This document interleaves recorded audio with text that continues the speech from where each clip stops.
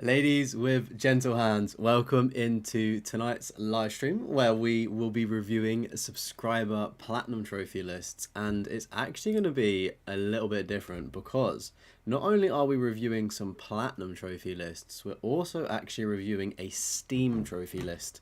So it does work slightly differently with Steam. It's not as straightforward as a platform, as you would say.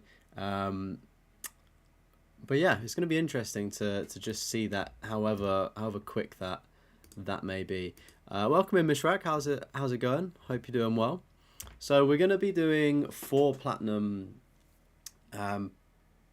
platinum reviews today, or 3 platinum reviews and then 1 Steam review. Of course, if you do want to be, or if you want to submit your platinum trophy list, or Xbox True Trophies, or Steam completion percentage, make sure to join the Discord and you can submit it down in the Discord as well. There's like a tab in there. It's in the link. It's in the description of this video, alongside also, if you do plus Discord in the chat, it should appear once the Nightbot wakes up. So today we have got 4 people to do. There we go. Nightbot has arisen. Righto. Let's get straight into this, shall we? Let's share. Let's share. So today on the reviews we have got Scott's World. So this is the Steam Hunters trophy list actually. Then we've got Neil's 96 today. We've got Prow Heel, and then we've also got Mish Pro, which I believe is Mishrak, who is in the chat. Of course, if your names do slightly differ at all from the usernames that you use online, do feel free to just comment your name or say that's mine. Obviously don't claim something that's not yours, but yeah, I believe I've got everything right. Of course, I think for the most part I've got it right. Maybe I don't know who Prow Heel and Scott's World, like what their YouTube tag is, but regardless, let's start with the welcome in, Neil. How's it going? Let's start with Scott's World. So starting off with a Steam trophy list, then I've tried to filter it the best I can. I can see that there's like a lot of hours on this account. I don't... Is there a zoom button?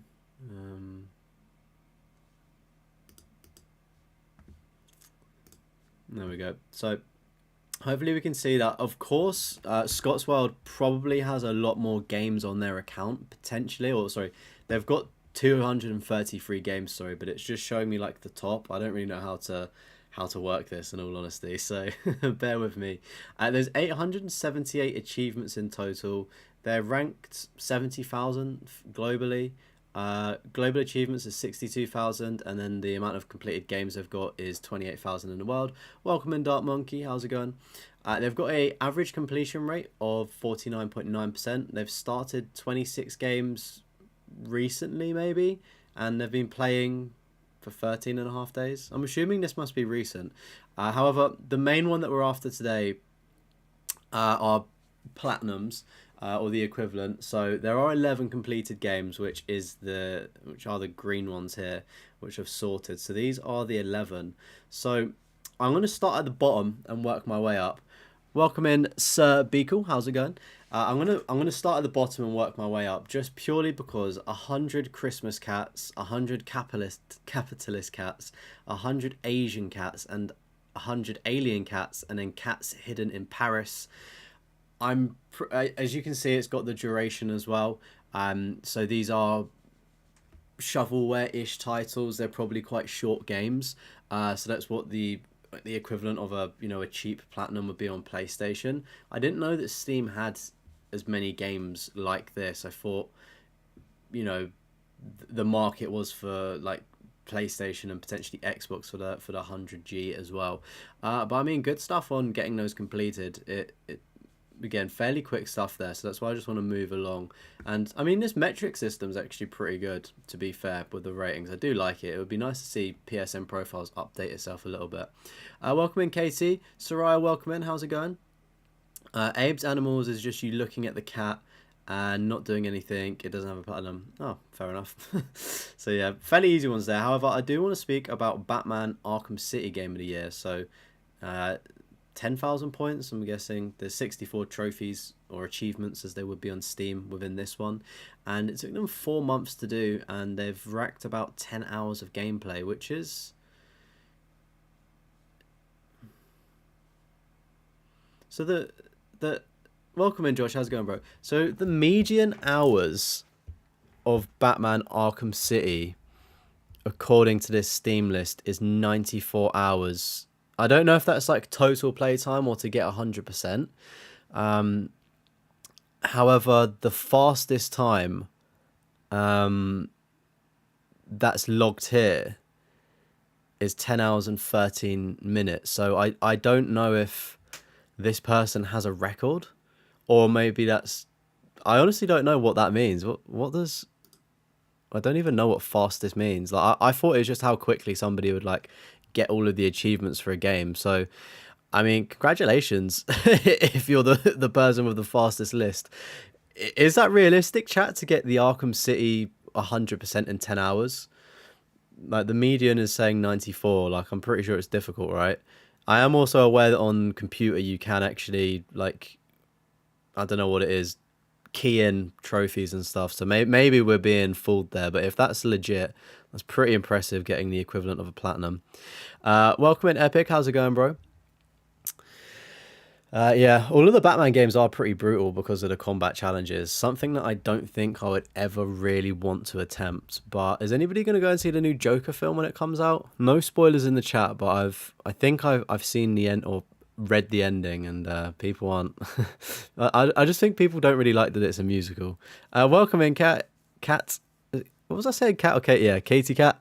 It was just Cat that we agreed, wasn't it?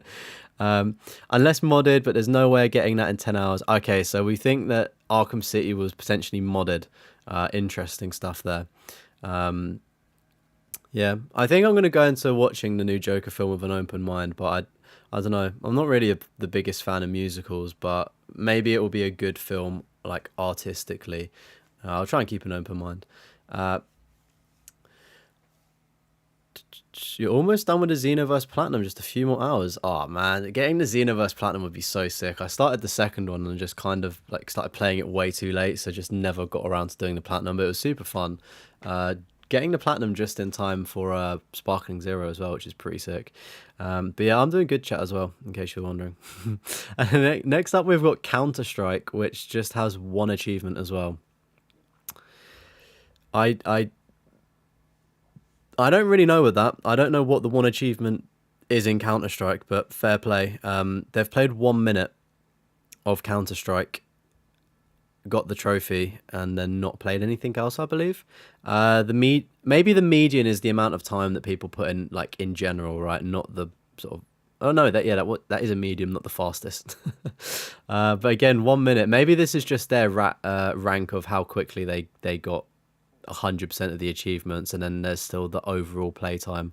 So it took them 1 minute to get Cats in Hidden Paris, but they played it for 27, for instance. Let's just go by that metric.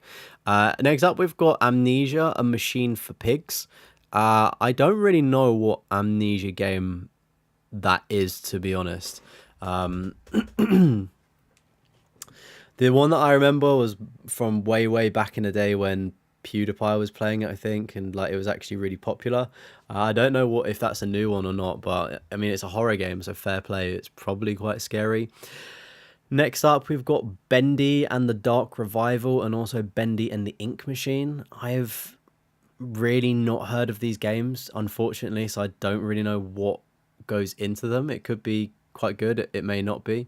But I mean, fair enough on getting those. It seems like a very sort of like maybe middle of the range game, like maybe a 3 to 4 out of 10, just looking at the hours that people put in. And then to finish off, who's the Scott's World's list here, is Batman Arkham Asylum Game of the Year edition. So I think actually what's happened here is, by fastest, to my understanding, that's how quickly they got all of the achievements. So it took them 1 hour and 23 minutes to do the achievements, I think.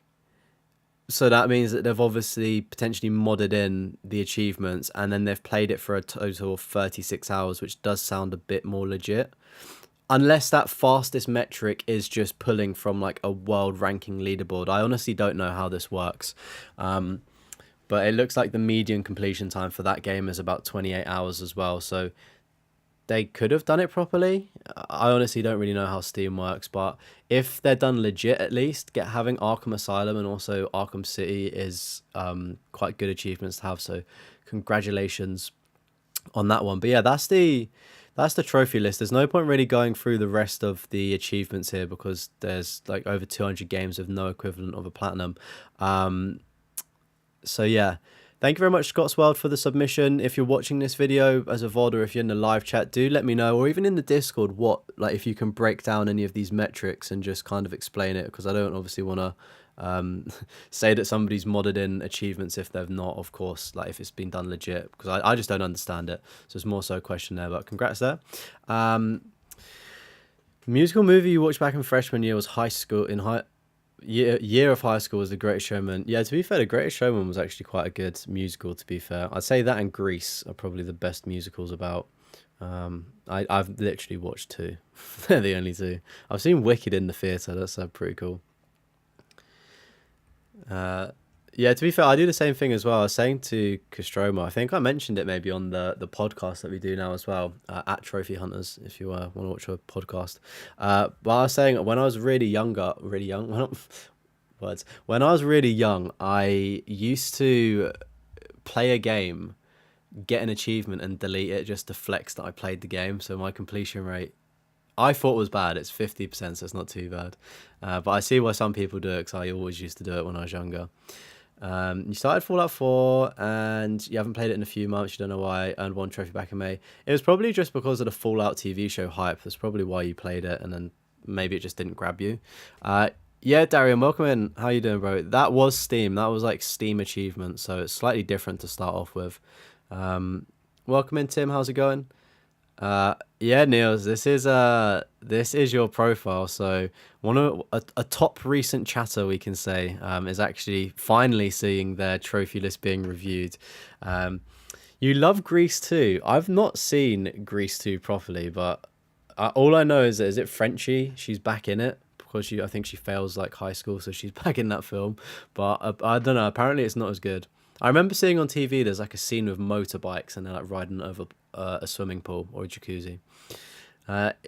Is Lollipop Chainsaw worth buying? I don't think so, personally. I've been playing it this afternoon just trying to clean up the platinum, and I don't think it's worth £35. I think... Or actually, if you've got it on PlayStation 3, I'd say that Lollipop Chainsaw is... If you've already got it, it's not worth getting. If you want to experience it, then buy whichever one's cheaper. It probably runs better on a PS3, to be honest, because, I don't know, buying a next-gen game or a next-gen remaster and then looking at it, it just looks so shit. Like, there's glitches, like, it's honestly, like, really, really bad. I know it's got a really big fan base, and I really was excited to play it, but... That's the only game within the past few years that I've paid money. Obviously, I pay for my games, but like I've paid money for a game, and been really disappointed with my money. I was like, this is awful value, like absolutely awful. Don't go through the list too fast. If you give you a little bit, you'll have another platinum when you get to mine. All right. Well, what I'll do, Mishrak, is when we get to your list, I'll refresh it on PSN profiles. So I reckon we're starting with Niels, and we've got 140 platinums and then 56 platinums. So that's about 200 platinums. Of course, I'm not saying they are, but if they were all shovelware, then I would get through them pretty quickly and the stream would be over. But I'm sure this will take probably at least about an hour, maybe an hour and a half to get to you. So it'll be fine. Heard the PS3 version is better. Yeah, I don't know because I've not played the PS3, but I'd assume that anything is better than the PS5 version. Like it's honestly like the case of playing a PlayStation 3 game on a PS5. Like that is literally it. Like you if you've got a PS3, you may as well just play it on that because there's literally no difference. It says like enjoy it in 4K, and I took a screen grab of like one of the loading screens, and it's literally just like a PNG image, and it's like blurry, and I'm like, couldn't you've just put this into a like an AI like upscaling render to make it look better, or actually commission someone to redo the artwork? Like, really bizarre, really sloppy. I'm pretty sure if I made a video on everything wrong with Lollipop Chainsaw, it would probably do quite well, because I feel like it's got quite a cult following. But that's my rant over, chat. We're here to review platinum lists, not be a moaning myrtle, eh? Um, how many plats do you think you can get before you review your list? You won't do any shovelware. I'm trying to think when you submitted your list, Dark Monkey. You're probably looking at about maybe 3 weeks, until maybe 3 or 4 weeks, if I can remember properly, in the Discord. I would say you could probably get about 10 platinums in 3 weeks if you're playing like not like 100-hour games, but if you're playing like Far Cry 4, which is like 30 hours in games of that caliber. I reckon you could probably get up to about 10 platinums within a couple of weeks. Also, thank you for subscribing, Darian, as well. Don't know why Streamlabs is... I really get confused when Streamlabs pops up. I don't understand how I've set that up, and it doesn't do it for every sub. I think it may be like on people's settings as well. Get the Fortnite platinum. Me personally, I don't think I'd want to put myself through that. I've seen many other YouTubers put themselves through that for me to be put off. You want to stay Sparkling Zero as your 50th with Xenoverse. You reached the 49 mark. Okay, nice. Yeah, I'm going to try and get some platinums, so then my 175th platinum is Sparkling Zero, assuming I can actually get the platinum. Like, it's not easy, but like obtainable. Like, I do kind of suck at fighting games. I enjoy them, or I enjoy Dragon Ball Z, but not necessarily fighting games as such. 30 in 3 weeks. No, like 10 platinums in 3 weeks. I think that's doable. 10 platinums in 3 to 4 weeks. Like, if you play a lot of PlayStation, I think that's probably achievable. Anyways, chat, we've stalled for about not 20 minutes, but a long enough. First platinum of the day is one that I've not actually heard of, I don't think, and that is 41 hours. Don't really know what that one is. It didn't take you too long to do, thankfully. It seems like it's a PS5 game, and it's sitting under just 50%, so I'm assuming it's a fairly easy-ish platinum. The artwork looks kind of interesting. Is it maybe like a zombie game or something? Anyways, next up we've got A Plague Tale Innocence and also Requiem. I really need to jump back into... I think Innocence is the first one, right? I've got them both. I played the first one. Need to go back to it to clean up the platinum. When I was playing it, I was just playing it just to try it out. And I was like, oh, I don't think I'm going to like this game. Started playing it and I was like, I do actually quite like this game. It's quite unique. But I wasn't really into like seriously going for trophies back when I played it. It was more just a casual experience, but thankfully it's not too difficult of a platinum to go back and clean up, so I'll probably do that at some point of the many things I need to do within my life, and then also move on to Requiem because I've not actually played that one. Welcome in Capriso, I think I said that right, apologies if not. 41 hours is janky, do not play it, you got it on sale. Okay, right. I mean, the art, like, the character models do look like they could be maybe a bit janky, but I don't know. It looked interesting at least. Is it a zombie game? Like, what is it? You've changed your name once again, Football. I see. Welcome in. Yeah, Plague Tale is good. Hopefully the second one's just as good. Toba, what's up? Welcome in. Hope you're doing well. Next up, we've got A Way Out. So the interesting question that I've got for this one here is, did you actually complete the game? Because you can get the platinum, oddly enough, before actually playing the last mission and finishing it. One of the challenges, I'm playing so many games sort of upcoming and things, but maybe next year or towards the end of this year, I need to change my setup a little bit, but I want to get A Way Out platinum by myself, so using 2 controllers. I'm assuming people would probably want to see a hand cam, but I don't really I don't really have the facilities for that. So maybe chat, or whenever the video comes out, people have to just believe. You did it in one playthrough with a friend. Okay, nice. Next up, we've got Ark Survival Evolved, and it honestly is it's so bizarre to me that the platinum is such a low percentage, but obviously you can get it by doing like is it a mod menu or dev menu, one of those menus. You can get the platinum by doing it like that. I'm assuming that's what you did, seeing as it took you 22 hours to do. I don't know if that's still possible, but PlayStation is ranking it a 2 out of 10 and 10 hours, so maybe it is still achievable to do it the quicker way there. But I'm surprised more people don't have the platinum. It's like, what's that game where you are on a desert island, and like you just build stuff? I think it starts with S. Like that game, there was a period of time where you could join someone else's game with the platinum and it would like load in for you. There's a couple of games like it. I think the Conan Exiles was the same as well.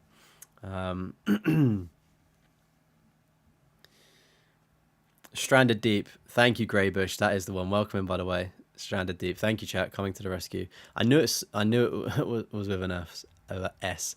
Next up, we've got Arog. I don't really know what that is. It gives me kind of Limbo vibes, but it's a quick platinum there, and was done in 26 minutes. But it looks kind of interesting for, should we say, a shovelware-ish title. Next up, we've got Assassin's Creed Mirage and also Assassin's Creed Origins. I honestly think that, and I'm prepared to die on this hill, chat, that Assassin's Creed Origins is like the best Assassin's Creed we've had since they changed the formula.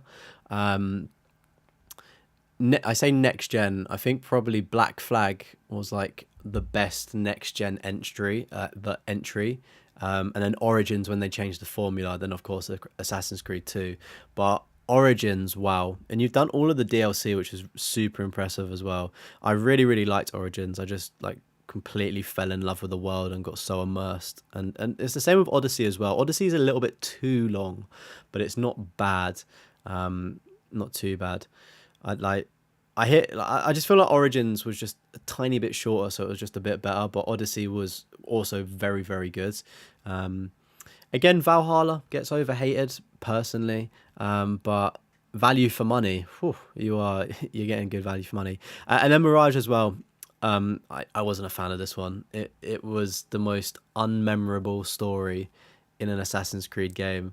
Like, it was really nice that it went back to its roots, like it was cool, but I just feel like with the fatigue that everybody really has of Ubisoft games and like Far Cry's and just everything, it's like, while it was nice to go back to it, the story just wasn't moving, and it was kind of pointless in a way. Yeah, you loved Origins. Yeah, really good game. Yes, congratulations to me for 1.31k subs. I know, congratulations. I mean, to be honest, chat, congratulations to you for subscribing. It takes a lot of effort to hit that subscribe button. Speaking of, if you've not done it, you may as well, and also drop a like.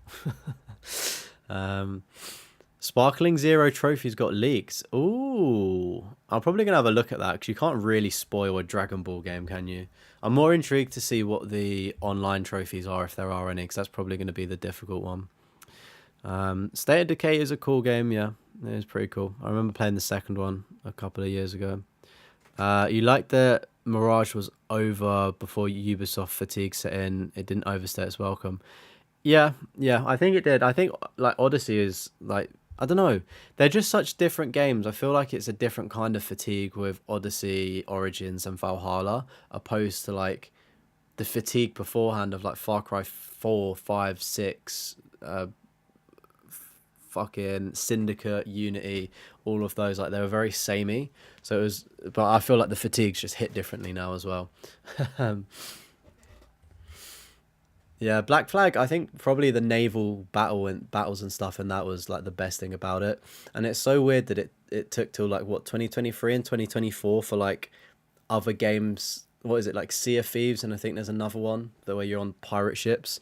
Like, was it a quadruple A game that they marketed it as, which is ridiculous. But it's crazy to think that people liked playing Black Flag in what, 2014. They really like the naval combat, and it's taken them like 10 years to put out a game, and it's like nobody really cares anymore, mate. Like we've moved on. Like,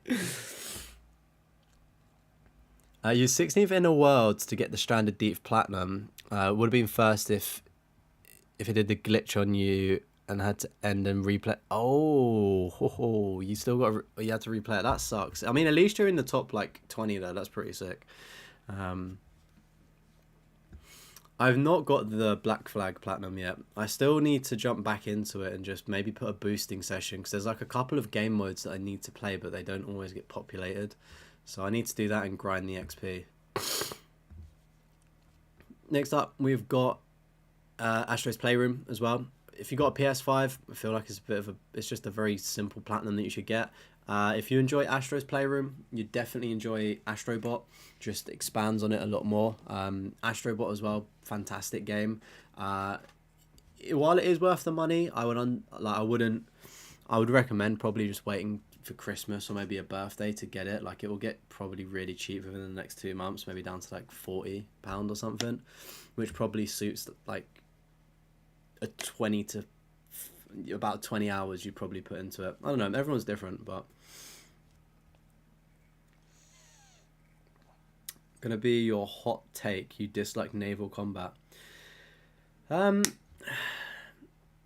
can't say I'd go out of my way to play it, but I feel like it was pretty cool at the time. Next up, we've got Awkward. Is that Egyptian or something? I can see like the Eye of Horus there, or is it the Illuminati Eye? I have no idea what that one is, but it seems like it's a fairly straightforward one for you.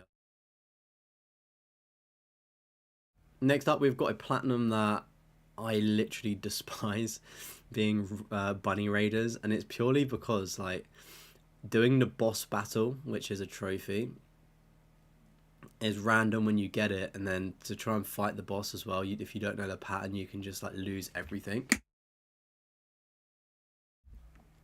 So yeah, I personally wasn't really a fan of Bunny Raiders, and I feel like it's probably not a 3 out of 10.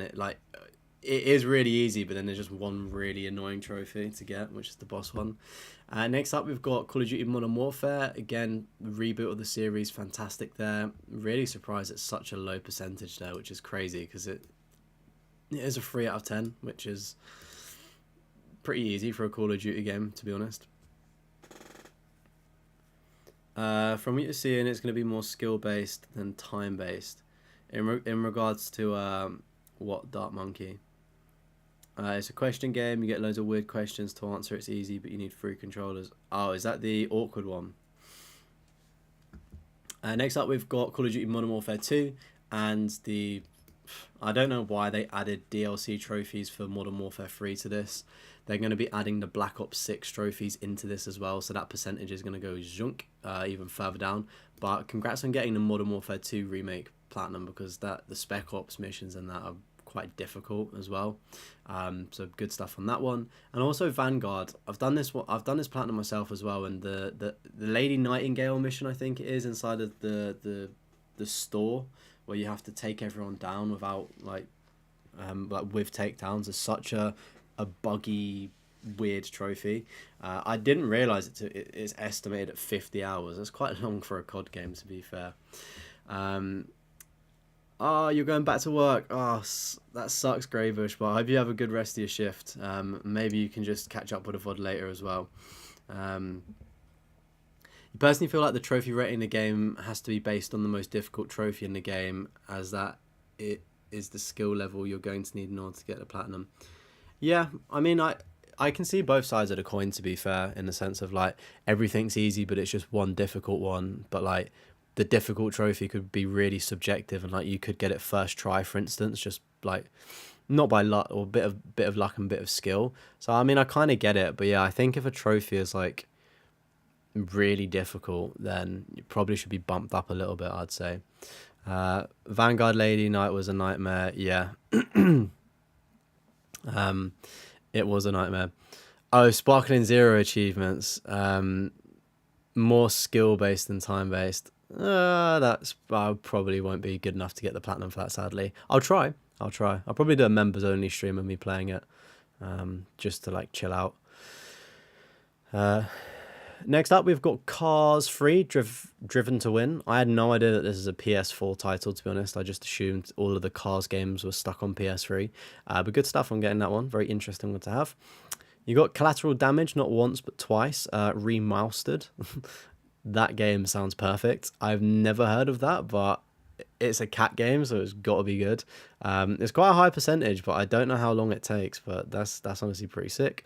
We've got Concrete Genie as well. Seems like everybody has this platinum as well. I think I always say it. I don't know what the DLC could possibly be for this game. Takes you about 10 hours to do. Okay, that's pretty cool. Maybe I'll add that to my wish list on sale. But yeah, Concrete Genie, everyone seems to have as well, so it must be a good game. Or maybe it's just an easy platinum to get. Next up, we've got Control, not once, but twice. Seems like you've done it. You did it once back in 2021, and then you did it again in 2023 separately. So I'm assuming that the trophies don't like auto pop there, which is pretty cool. Didn't realize it was only a 20-hour platinum. That is super short. Control is one of those games where I started playing it, and then like Red Dead 2. I just randomly put it down, and it wasn't at any fault of the game. I say that, I think I maybe just got a little bit bored of it. Like, I got about a quarter of the way in, I think, and I was just like, I think something else just popped up that I started playing. But like, it wasn't bad. Like, it did play like fairly well, to be fair. So I'm probably do a replay of that to finish it, and probably to get the platinum as well. There's no auto pop. Okay, I see. That's pretty cool. But yeah, I see that the Alan Wake 2 DLC is like in that Control base or something. Like, I thought I recognized it. It looked really cool. You want to go back and you really love Remedy games. I can't say that I'm the... What other games? So they've got Alan Wake, Control. Did they do Prey? Like, what are the other games that they've done? Did they do like Deathloop as well? Is that one of their games, or is that not them? Did they do Dishonored maybe? Like, I can't really remember. Like, everyone seems to love them, but I just don't think I've played enough of their games to really like fuck with them. Like the first Alan Wake, I played a bit of it. I've seen videos on it. I'm not really interested. I don't know anything about Alan Wake 2, but it's like a shiny product, so I think I'd probably enjoy Alan Wake 2. I'm told it plays like modern Resident Evil a little bit as well. So at some point, I'd like to play Alan Wake 2. But next up, how are we? We've got Crash Bandicoot, Crash Bandicoot 2, Crash Bandicoot Warped, Crash Team Racing, and also Crash Team Rumble. Whew! Jeez. Take a round of applause for getting those Crash games there. I mean, obviously the hardest one there is probably going to be Crash Team Racing. It's an 8 out of 10. I know a lot of stuff goes into the Crash games. I think, is Crash 4 really difficult as well? Maybe. But I mean, regardless, that is amazing achievements to have not one but 5 different platinums for the series. That is honestly sick. Next up then, we've got CSI Fatal Conspiracy, and that's a PS3 game. It always makes me laugh looking back to the PlayStation 3 generation, and there were just so many like TV show or movie adaptation games, and it's like something that you literally don't actually see on next gen. I couldn't actually tell you off the top of my head a movie or TV show game. I think there's a Peaky Blinders VR game, and I don't even want to count that, to be honest. But yeah, very interesting time having a CSI game on PS3 come out. They did Quantum Break and the first 2 Max Payne games. Right, I see.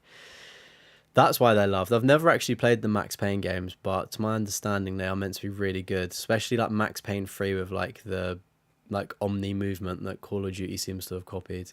I would definitely welcome a like remaster of them, and I'd love to play them on next gen, because I've never experienced them before. They do look really good though.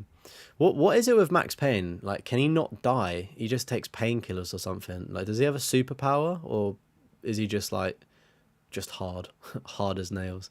DC League of Super Pets Platinum I've got. It's actually not a bad game, to be fair. If you're grinding something quite long, it's quite a nice, easy, relaxing game you can switch off to. Next up, we've got Dead by Daylight. Oh my word. This doesn't make sense. 255 trophies out of 258, but you've got 100%. I don't understand what's going on with that, but congratulations on doing Dead by Daylight, because I know that's not an easy task, and also doing all of the DLC. I know that Kat was working on the DLC at some point as well. I don't know how she got on with it, but that, yeah, fair play on getting Dead by Daylight. It's a game that I couldn't get into, unfortunately. But it does look fun. I'm just not very good at it, sadly. Max Payne is the kind of game that introduced bullet time in games. Oh, like the slow motion stuff. PSN caps at 255. Right, I see. That's actually a pretty cool fact. Weird that they've got a limit. Next up, we've got Dead Island 2. I have a question for this, seeming as you've done the DLC. Does the DLC add to the game in the sense of, like, I can't really spoil the ending because the ending was that bad. That's probably a spoiler within itself. But what I mean is, like, the ending just, I don't know. It felt like the game, like it felt like you needed about another 5 hours of gameplay at the end of Dead Island 2. Did the DLC for Dead Island 2 like continue and sort of add a bit more clarity, or was it just like random bits of DLC? I really didn't like Dead Island 2. Like, I liked it, right? I think as a zombie like killing game, it's really fun. It's like really unique. But I think the platinum experience was a bit rubbish, and I think as well the ending was just a bit like, I don't know. You're paying for a game and you almost want to feel satisfied. You like, I think it's wrong where a developer will make a game, kind of finish it so you could get away with it, but then like have DLC planned. I don't know, like I'm just not a fan of it, to be fair. The DLC is different, it's random. Oh wow, that is that's sad. Yeah, I mean, I know the game was in development hell, and like it looks really good and it plays really good, right? Like I think it's a great game from that aspect. I just think like story wise it was a bit, I don't know, it was a bit naff, I think. And like some of the trophies were quite frustrating to get for the platinum. Like I ran into a couple of bugs as well when trying to build that like horse out of all of like the zombie body parts as well. Like it's fun. I guess it's like, I always compare it to kind of like Dead Rising in a way, because it's just like a goofy game where you can just like a gory game where you can just chop up zombies. And I don't think there's been a good Dead Rising for some time. I know like the remaster thing came out. But yeah, was a fan, but wasn't at the same time of Dead Island 2. I just think it's like, it's just silly. You make a game, but it's not finished. Like, I've not played the DLC for Final Fantasy 16, but it's like, Final Fantasy 16 is a complete story, right? Like, it's a fantastic game. It's got a great story to it. The DLC that has come out afterwards, again, is meant to be really good, but it's still, while it's still like related to the story, you don't have to play it. Like, you can be completely satisfied with the ending of Final Fantasy 16 and not need to play the DLC. Essentially, I just don't play DLC. The main story for Dead Island 2 was not that great, but you really like the world building and side quests and stories. Yeah, like it was a fun world to be in, right? Like I really enjoyed the world, but like, I don't know, just the story, like it was just, I just thought it was a bit naff. But I mean, yeah, it was in development hell, so I guess they can be let off for the poor story writing. I'm sure they got like hit probably by the writer's strikes as well. Next up, we've got Detroit Become Human. It's only 12%, which is so bizarre. It's actually a super easy platinum to get, I think. And I think it's a really good platinum to get. I know a lot of people are put off by the multiple playthroughs, but when I say it's like, I feel like Until Dawn is really boring, right? To get a platinum trophy for. You can't skip anything. It's really boring. Just there. Detroit Become Human is like exactly the same thing on paper, but it's just executed so differently and it just plays so much better. I feel that like Heavy Rain as well is another good example of like a good game with like good replay value as well. But yeah, really like Detroit Become Human. Really hope that they make another game within that style soon, because it's needed. I think they're making a new Star Wars game apparently, which would has the potential to be really really good. Um, how do you see the difficulty in time of PSN profiles? See, I don't have a premium membership. I've got a legendary membership. No, I'm joking. If you go onto Google Chrome and type in PSN profiles, it's like a plugin that you can get, like an extension for Google Chrome, and it just adds this on separately. So it has nothing to do with premium.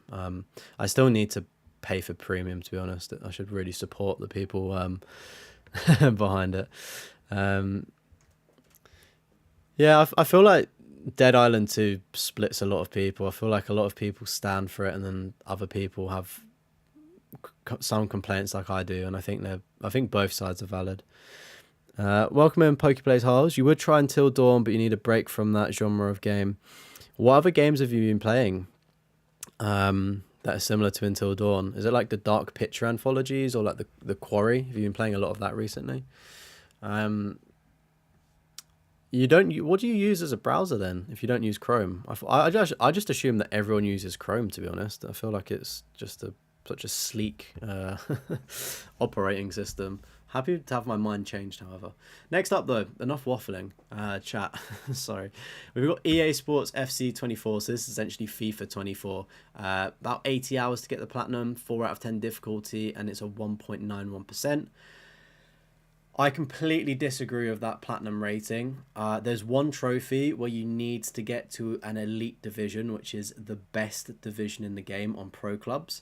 And I think it's 5 games or 6 games that you get into a playoff system, right? So you're in the playoffs versing the best teams, I mean, rightfully so. You need to win like 5 out of 5 or 6 out of 6 games against sweaty teams. There is no way on earth that is a 4 out of 10. I'm sorry, but I would quite easily pump that up to like an 8 out of 10. Like, you can boost it, so I can see why you may want to drop it. But even trying to boosting it is such a logistical nightmare, putting people in different servers in the world. Like, it's honestly awful. But like, getting to the elite division, it's the same with the new FIFA. It's not going to be easy to do. Like, not at all. Super difficult. But you did get it really early on, to be fair. You got it in November as well, so that's one of the earlier achievements as well. Use Safari. See, I'm on a Mac and I don't even use I don't use Safari. I just feel like it just acts a bit weird. Really strange. You couldn't imagine using Chrome. You platinumed all the Life is Strange within 2 weeks, so you're not doing anything like until Dawn. Oh, okay, I get you. Did you enjoy Life is Strange? I know it's a very kind of controversial one. Not controversial, but it's a bit like Marmite. About a 6 or a 7. I'm in the middle. Let's give FIFA 24 a 7 out of 10 because it's a bit annoying. Next up, we've got Endling, Extinction Forever. Nice. We've got F1 2021, 2022, and 2023. Super rare platinums to get. I wonder why 23. Obviously, they're like super rare platinums to get. Just a bit of a grind fest, it seems. But I wonder what trophy makes this one an 8 out of 10 to go to a 0.71. I know they're not easy games to do, but I'm just curious to know what it is.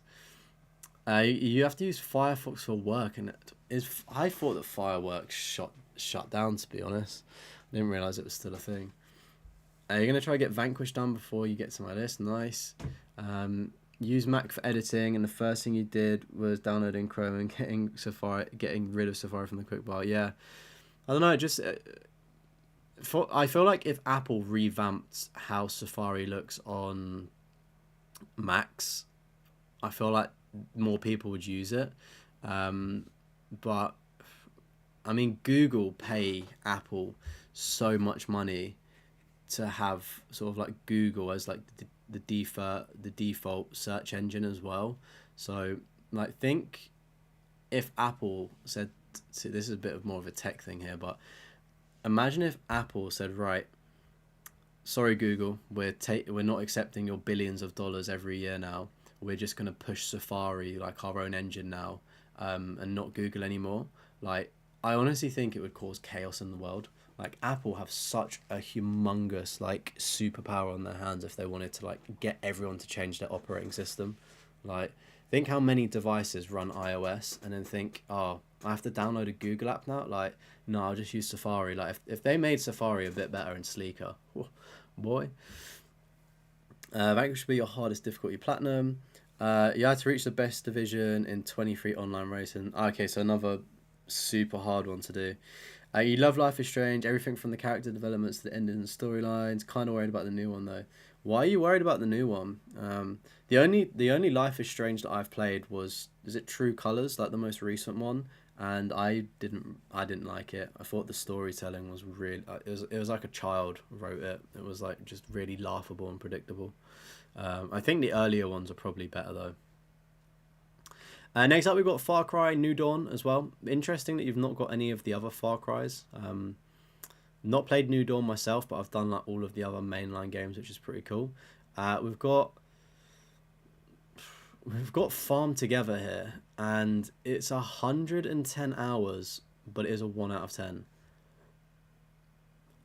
I don't really have any words for that, to be honest. That is insane. 110 hours for a platinum trophy, and it's a 1 out of 10. Interesting. Next up, we've got Fast and Furious Spy Racers. Again, I've done this platinum. It's quite possibly up there with some of the worst games that I've played. It's just so boring and it's so repetitive. It's honestly awful. I did it twice as well. If you do want an easy platinum, I'd say do it once. You do need to have a second controller though, because you need to win like split screen races or something like that. Second Life is Strange is the best. You're also a bit worried for the new one as it's not written by the actual author. Oh right, is it based on like books or graphic novels? Like if there's an actual author writing it? It's like Farmville on Facebook. I did think that Farm Together looked a bit like Farmville, but I didn't know because it also looks like a Lego character's driving that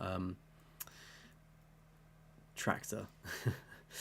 Next up, we've got FIFA 19, FIFA 20, FIFA 21 double stack, FIFA 22 double stack, and FIFA 23 double stack. I think, Neil, you're probably the only person, one of the few only people that I've seen with as many FIFA trophies as I have as well. I'm pretty sure that I've got the majority of these, maybe not 21. I think I've got all the rest though. What was the 9 out? What made that one a 9 out of 10 for FIFA 19? I think it was something to do with Volta.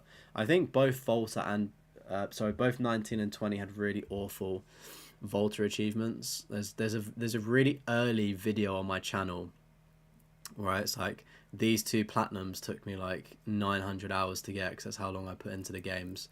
Obviously. They're about 60 to 70, but I put a lot more like leisure time into it. But one of my early videos, I got the platinums for those, so I explain what actually happens. But good stuff on getting those FIFA games. Ultra rare stuff there. You just got a hunch the new one's not going to be good. I mean, hopefully it is, because a lot of people do love it. You did despise Life is Strange 2. You literally skipped the entire game and only did the trophies. It was that bad. It's the most controversial. What makes it controversial? There's a trophy for playing 30 days on the Farmville. Okay, I see. That makes sense why it takes a month to do. Next up, we've got Forspoken.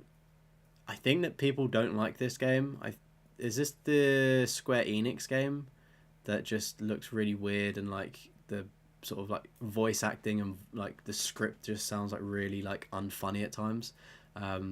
Hopefully you may have had fun with it, but I don't think I'd be playing it, just from what I've seen.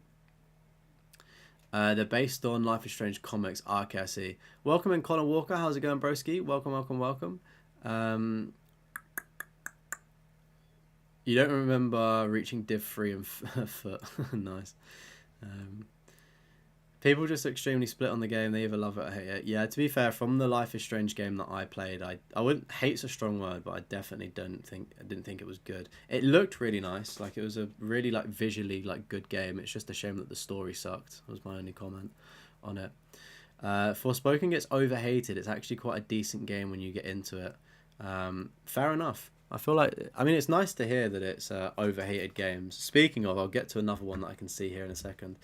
Goat Sim 3, nice that they've finally patched it. There's a glitch trophy at some point, so it's nice to see that that's obtainable again. I need to go and clean up that platinum myself because I started it.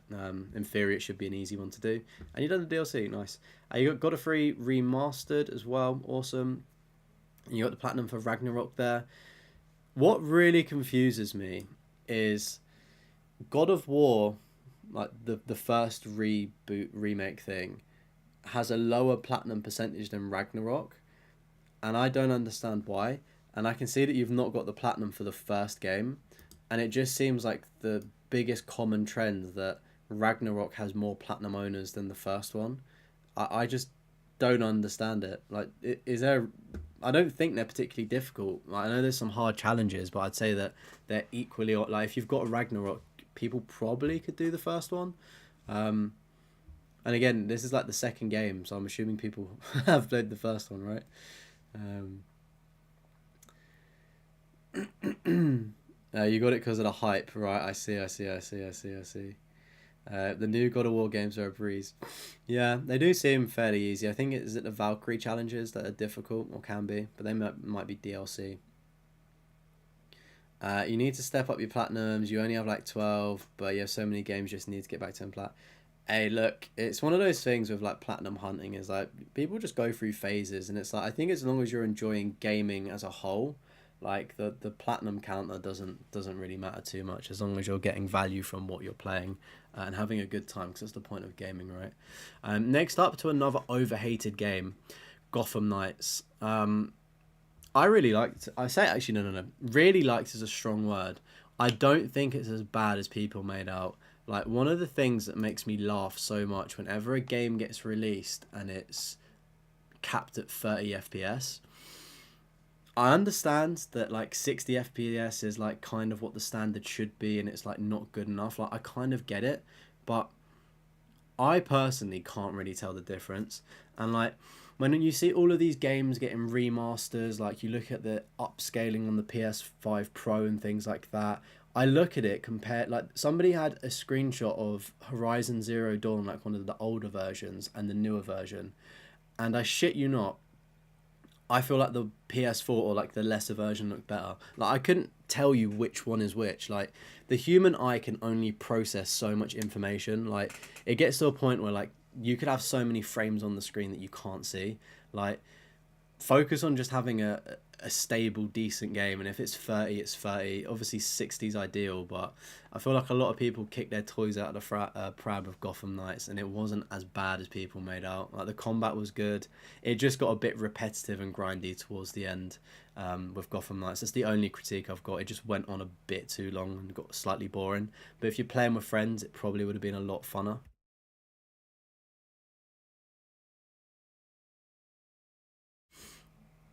Valkyrie challenge in the first one was harder than anything Ragnarok. Oh, really? Are the Valkyrie challenges DLC or are they not?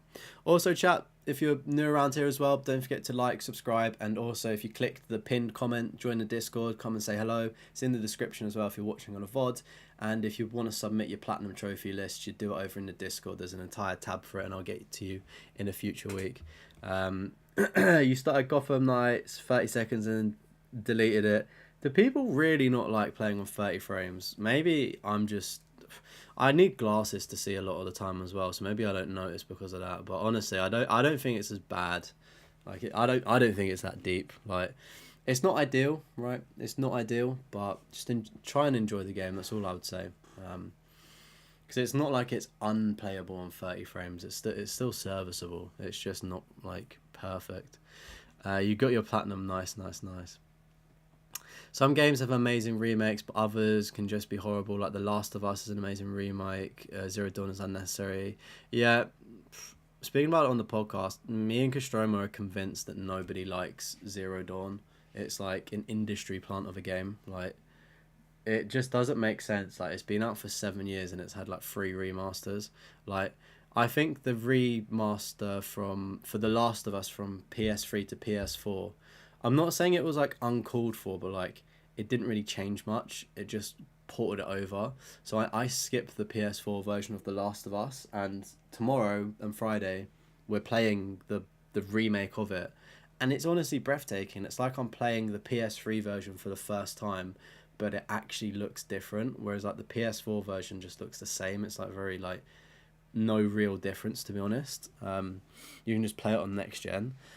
So I like it when they actually remake games with a purpose. Like the Dead Rising game that's just been remastered. I'm gonna maybe pick that up at Christmas or something, and that looks really good. Like that's how you do like a.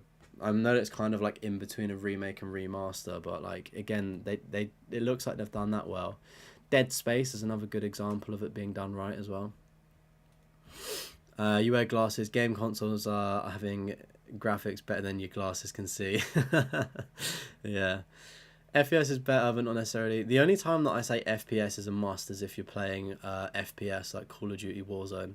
That's the only reason I've got like the spec'd out monitor I've got is for like gaming, like multiplayer gaming. Single player gaming I'm not too fussed about. Next up we've got Gran Turismo 7. I think that's probably,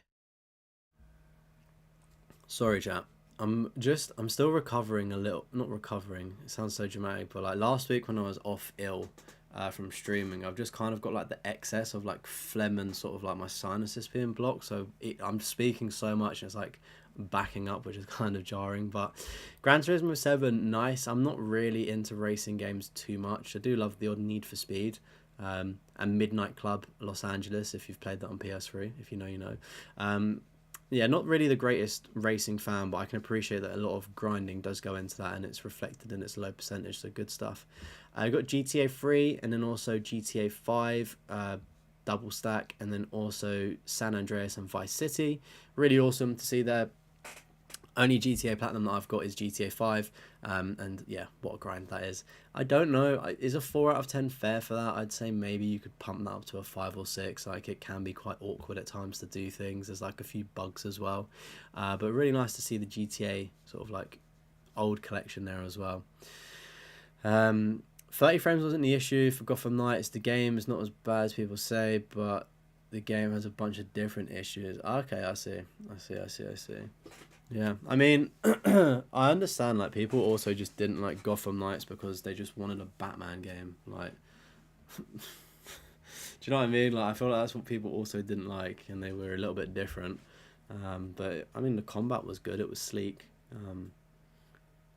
so, they almost have all the GTA series, only missing one. They're missing GTA 4, right? I believe is the only one missing, which is a really hard platinum to get as well, which is absolutely crazy. Zero Dawn was literally PlayStation first and worst selling exclusive on PC. I'm pretty sure, I'm pretty prepared to guess. Don't know if someone can pull up the Wikipedia stats, but I'd probably say that Zero Dawn is probably the worst selling PlayStation like in-house like game. Literally don't know how many people would have bought it. Hello Neighbor 2.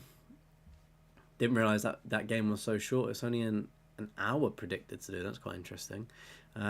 Speaking of Horizon Zero Dawn, fair enough for getting that. Hopefully you enjoyed your time. You did the DLC as well, which is pretty cool. Next up we've got Jumanji as well, the video game. It's an 11% as well, which is really, really unique.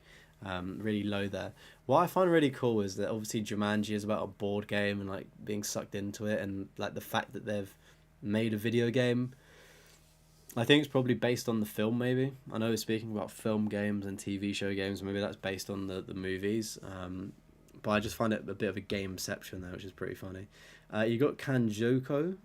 I don't know what that is, unfortunately. Seems like again a quick platinum. Kena Bridge of Spirits. Wow, this is a 7 out of 10. I didn't realise the difficulty in that was so high. Really good stuff there. The percentage of it is quite high though. Probably because it's PS5, so I guess everyone that's got it is platinuming it. But good stuff there. You think it didn't sell as well as Days Gone? I mean, I know there's a community that loves Days Gone, but I keep promising, chat, I will go back to it and I will retry playing it, but it lost me. it was just boring. If an intro goes on for too long and you're not grabbing me, like if a film's rubbish, if a book's rubbish, if a TV show's rubbish, my time is valuable. Like if I'm not gripped within the first, dare I say, 10 minutes, right? Obviously, I've not got that bad of a TikTok rotted head, but if I'm not like really locked in after about an hour to 2 hours of gameplay, I just put a game down. I mean, I'd be willing to put a game down even quicker than that if I still didn't vibe with it. It's a shame though, because the concept of Days Gone I should really like. Open world zombie game, motorbike. Like I love zombies. Like I just don't know why I didn't get into it. Hardest difficulty for Kana is tough. Right, I see. That would make sense then. Big old hoe for Days Gone. Oh, okay. I feel like a lot of people in chat love Days Gone. We've got Kona up next. Unfortunately, again, I've not heard of this one. Looks kind of like a murder mystery or something. That's pretty cool. Next up, we've got Lake. Why is it a 2 out of 10? It is literally just a walking simulator. There is nothing difficult about Lake. The only difficult thing is that you have to suffer for about 6 hours of gameplay. However, if you speedrun it, you can get the platinum in about 3 hours, which I did. Did it on PS4 and PS5. For some weird reason, on PlayStation Plus at the time, you could download the PS5 version, but you couldn't download the PS4 version. So I had to stream Lake on the PS4 version of it via like the server blades or whatever they're called, and it honestly made the game look like a potato. It was awful, like really, really bad. That's more so like the streaming element. And I thought, maybe it was just a bad experience, like my first time streaming a game on Plus. Let me download the PS5 version, right, and see if it's any better. It honestly looked just as bad and was still just as bad. Such an awful experience. I'm ashamed to say that I've got it twice. If you're looking for a chill game, I could probably appreciate it, but if you're purely just going for the platinum, it's just boring, to be honest. Somehow you used to hate The Last of Us. You literally gave the game to a friend, and you went back and ended up platinum in it in 3 days. Yeah, I mean, I would love to say that I would get the platinum for The Last of Us Part 2 in 3 days, but as chat is aware, I'm doing a grounded run at the minute, and it's kind of kicking my butt. We're still really near the start, but it's fun, sort of reliving it again for the first time in 11 years. Next up, we've got Last Stop as well. I think that was is that the PlayStation game where there's just like loads of humans? Like it was on Plus. Is that game, or is that a separate? Is this a walking sim? Not quite sure what it is. The difficulty is not getting bored. Yeah, for real. Honestly. You started Lake, it's so boring. You're just going to finish it for the trophies, but it's awful. Honestly. At least I'm not alone in this. Because again, it's kind of like a niche title, so people could actually enjoy it. Like I can see why people might enjoy it, but if you're just purely going for plats, it's an awful experience. Just like I'd say, like, if you're playing Life is Strange and trying to just get platinums, you probably are going to hate them a lot more because it is just really slow. And if you're not engaged with it, it's boring as well. You enjoyed Stroke the Dick more than you do Lake. Hey man, Stroking the Dick is a good game. I need to get that one myself. Last Stop is a story-based game. Okay, I see. Part 1 collectible is so much easier than Part 2. You're going to have to do the entire playthrough cleanup. Okay, yeah, because I've not really been collecting the collectibles on my playthrough of Part 1. I've just been trying to focus on surviving. But I know that you can jump back in with Chapter Select, which is pretty good. Next up, we've got Lego 2K Drive as well. Jurassic World, Marvel Superheroes 2, and also Pirates of the Caribbean. Obviously, the most notable one there being Lego 2K Drive. There's an awful achievement for driving a specific amount of distance. Disgusting trophy. As you can see, it takes about 60 hours to do. But good stuff getting that. I always love seeing Lego games on a platinum list. It's really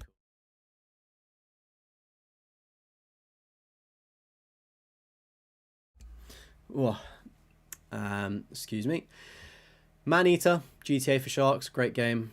Really fun game, actually. Enjoyed my time with that one. I played it, left it, then went back to it and cleaned up the platinum, but good stuff there. Maquette. It's actually a really bad game. I did it for a challenge that I got a platinum in every genre, so I needed a puzzle game. I think I should have played Subliminal instead. I think that's how you say that. I think that's the game I'm thinking of as well. Should have done that instead. I thought, I'll do Maquette. It seems like an easy, straightforward one. Puzzle game. Don't like puzzles, but obviously it's the challenge. But imagine having to do a speed run chat for puzzles. It's honestly like one of my worst nightmares conjured up. Speed run trophies, like really like quick speed run trophies for puzzles. Thankfully, there are some cheese strategies where you can rubber band yourself to get the speed run quicker. It's a short story game about a teenager group. Right, I see. Last of Us chapter select is horrible. Same part 2. I honestly, I don't know because I've not chapter selected yet, but I'll get to that bridge when I come to it, I guess. Hopefully I don't have to do too much cleanup. Yeah, I am dying off screen, chat. Yeah, unfortunately. Maybe I won't be here for tomorrow's stream. I'll just fade away into the background. You've seen a subliminal speed run and you kind of loved it. Yeah, it does look really cool, to be fair. Marvel's Guardians of the Galaxy Square Enix game. Never played this one, but I can appreciate it from a distance. I feel like I got scared by how the combat works on it. It just looked a bit alien to me, but apparently it's meant to be really, really good. If Bomb Chop's in here as well, I'm pretty sure this is one of his favourite games ever, so shout out to him and also that. One day I'll probably play it properly. Next up, we've got Marvel's Spider-Man, Spider-Man 2, and also Miles Morales. I know I get cooked for it, but I enjoyed Spider-Man 2, but I feel like it was also very disappointing. And I think that the fact I don't really like DLC in games, but I think that the fact that there's not been any DLC for Spider-Man 2 is a disgrace. A disgrace. I just don't know how there's not been any DLC, quite frankly. The game's been out for about a year, I think. Pretty sure, or just under a year. And it's just radio silent. I think the only thing that Insomniac can do is they don't drop any DLC, but they drop mini kind of... It's nearly been 2 years for Spider-Man 2, oh my word. I think the only thing that they can do, and it would explain why they've not done any DLC, is similar to Infamous Second Son. They dropped First Light, which was like a 20-hour full game, but kind of DLC. I think maybe they're cooking up a Venom game. I know there's been rumours of a Venom game. Maybe that's how they're going to do it, and I think that makes complete sense. But there's like a lot of storylines that still weren't really resolved in Spider-Man 2. Like, is it Firecracker or Fire? No, that's the girl from The Boys. Who's the guy with the fire that also could be one of the Venom variants? Like he was setting things on fire. He was an arsonist with all the missions in Spider-Man 2. I feel like that storyline kind of finished with, like, it could have been DLC as well. Last of Us chapter select is cheeks. You have to do all the chapters backwards to get the collectors. Oh my word, you're not really selling this to me, chat.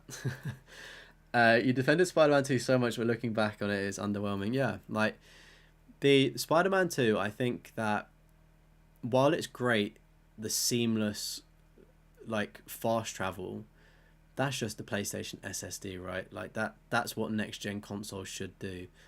So as impressive as it is, that's more of like a hardware feature, I'd say. The map being bigger and them introducing the wingsuits again, yes, it was cool. Like, it was a good game, but I feel like, I don't know, I feel like the first one was so revolutionary, and then Miles Morales like took it a step further up. And I feel like in terms of like things that have happened, I feel like Miles Morales is probably better than Spider-Man 2 in terms of like looking at the features, because I don't know, like playing as Venom was cool, using the Venom abilities was cool. I just feel like I feel like the issue with Spider-Man 2 was that it was too short. I think it's my only problem, and it's speculated to be 5 hours longer than the first game, but honestly, it went by a lot quicker. I feel like they played it really safe with Spider-Man 2, to be honest. But like that, and as well, there's just like silly missions like riding a bike around the park, and there's like an electric battery that explodes. Like, it's just some of like the storytelling writing as well in Spider-Man 2 was kind of a bit of a letdown. I did enjoy it, to be fair, but it's like looking back at it retrospectively, I don't think it will age particularly well. Hopefully the next Spider-Man game is good though. Nearly 2 years since Spider-Man came out. Jeez Louise, that's such a long time. You think Spider-Man games got overhyped, so when you tried them, you didn't match expectations and ended up not having a good experience? Yeah, I mean, I agree with that one. I think that Spider-Man 2 was so hyped up. I mean, and rightfully so, because let's not kid ourselves. That month when it came out, like, it was amazing. But it's just a shame that it was just so short-lived, really. Um, with anything, the expectations of such a big IP are gonna be blasted through the roof, and it's like, they set the bar so high with Spider-Man 1. It's kind of tough to live up to. I feel like they lived up to it, but they obviously just didn't do enough. Venom standalone, yeah, that's my prediction, chat. I think a Venom standalone game will probably just get dropped instead of DLC for Spider-Man 2. I think that's the logical thing to do. Because I don't think there's enough content to do a full-length game for Venom. Like, maybe Miles Morales, like 16 hours. Like, I reckon they just do a Venom game like that, to be honest. 2018 Spider-Man was the best one. PS4 would probably explode trying to run The Last of Us 2 remaster of Spider-Man 2, though. Yeah, true. I mean, that's the thing, though. Like, it's like people go on about how good. Like, I mean, the loading screens for the first Spider-Man game were pretty good. Like, they're pretty cool with the subway system, and as well, like, I quite like swinging around New York. So it's like, as good as it was, like the loading times in Spider-Man 2, you didn't really want to fast travel, to be honest. Like, I was happy to swing. Um, it's just a bit of PS5 hardware, which is impressive. We take it for granted, definitely, but it's I wouldn't say it's a selling point of a game that it loads faster. You got 180 hours in the 2018 Spider-Man and only 20 in 2 before New Game Plus was introduced. I see. Yeah, the first one had so much replay value. I just can't be bothered to go back to the new one. You really like how they ended the Howard's quest in Spider-Man 2. Yeah, I mean, you say that he died, didn't he? It was quite sad. Sorry, chap, for the spoiler alert. It was sweet though. It was like some of the side quests were really good. Like the "Have you ever been in love, Spider-Man?" Like that. That was honestly heartbreaking as well. That little side quest there. Spider-Man 2 was bloated. Craven, Venom, Miles, Mr. Negative, Harry Disease, MJ being annoying again. Only saw Scorpion. Yeah, it was sad. It was well done. Yeah, I mean, they had just as many villains in the first Spider-Man game. I'm pretty sure it just was done a bit differently. I feel like the thing with Craven, I'm probably going to get into spoilers here, chat, but I feel like the thing with Craven is like it didn't really have a satisfying ending because Venom comes in and kind of like changes the trajectory of the game. I feel like the kind of pacing around that point, like, wasn't done correctly. As cool as it was, and like, oh my god, this is so cool, it was kind of like, like, you kind of wanted Spider-Man to have that battle with Craven again and get that like redemption arc from when he got beaten the fuck out of in the mission prior to that. But yeah, I feel like the just the story for Spider-Man 2 it was probably just written by a teenager, to be honest. Like, it was very like high school storytelling. It was pretty lame. Because yeah, I mean, I don't think MJ was that annoying in the game, to be fair. I think they definitely improved her missions, but at the same time, we want to play we're buying a Spider-Man game, not MJ Simulator, right? Like, it was definitely better in the second game, but I would still rather not have any MJ missions. I don't really know why games decide to add filler content like that. It's not anime. Minecraft up next.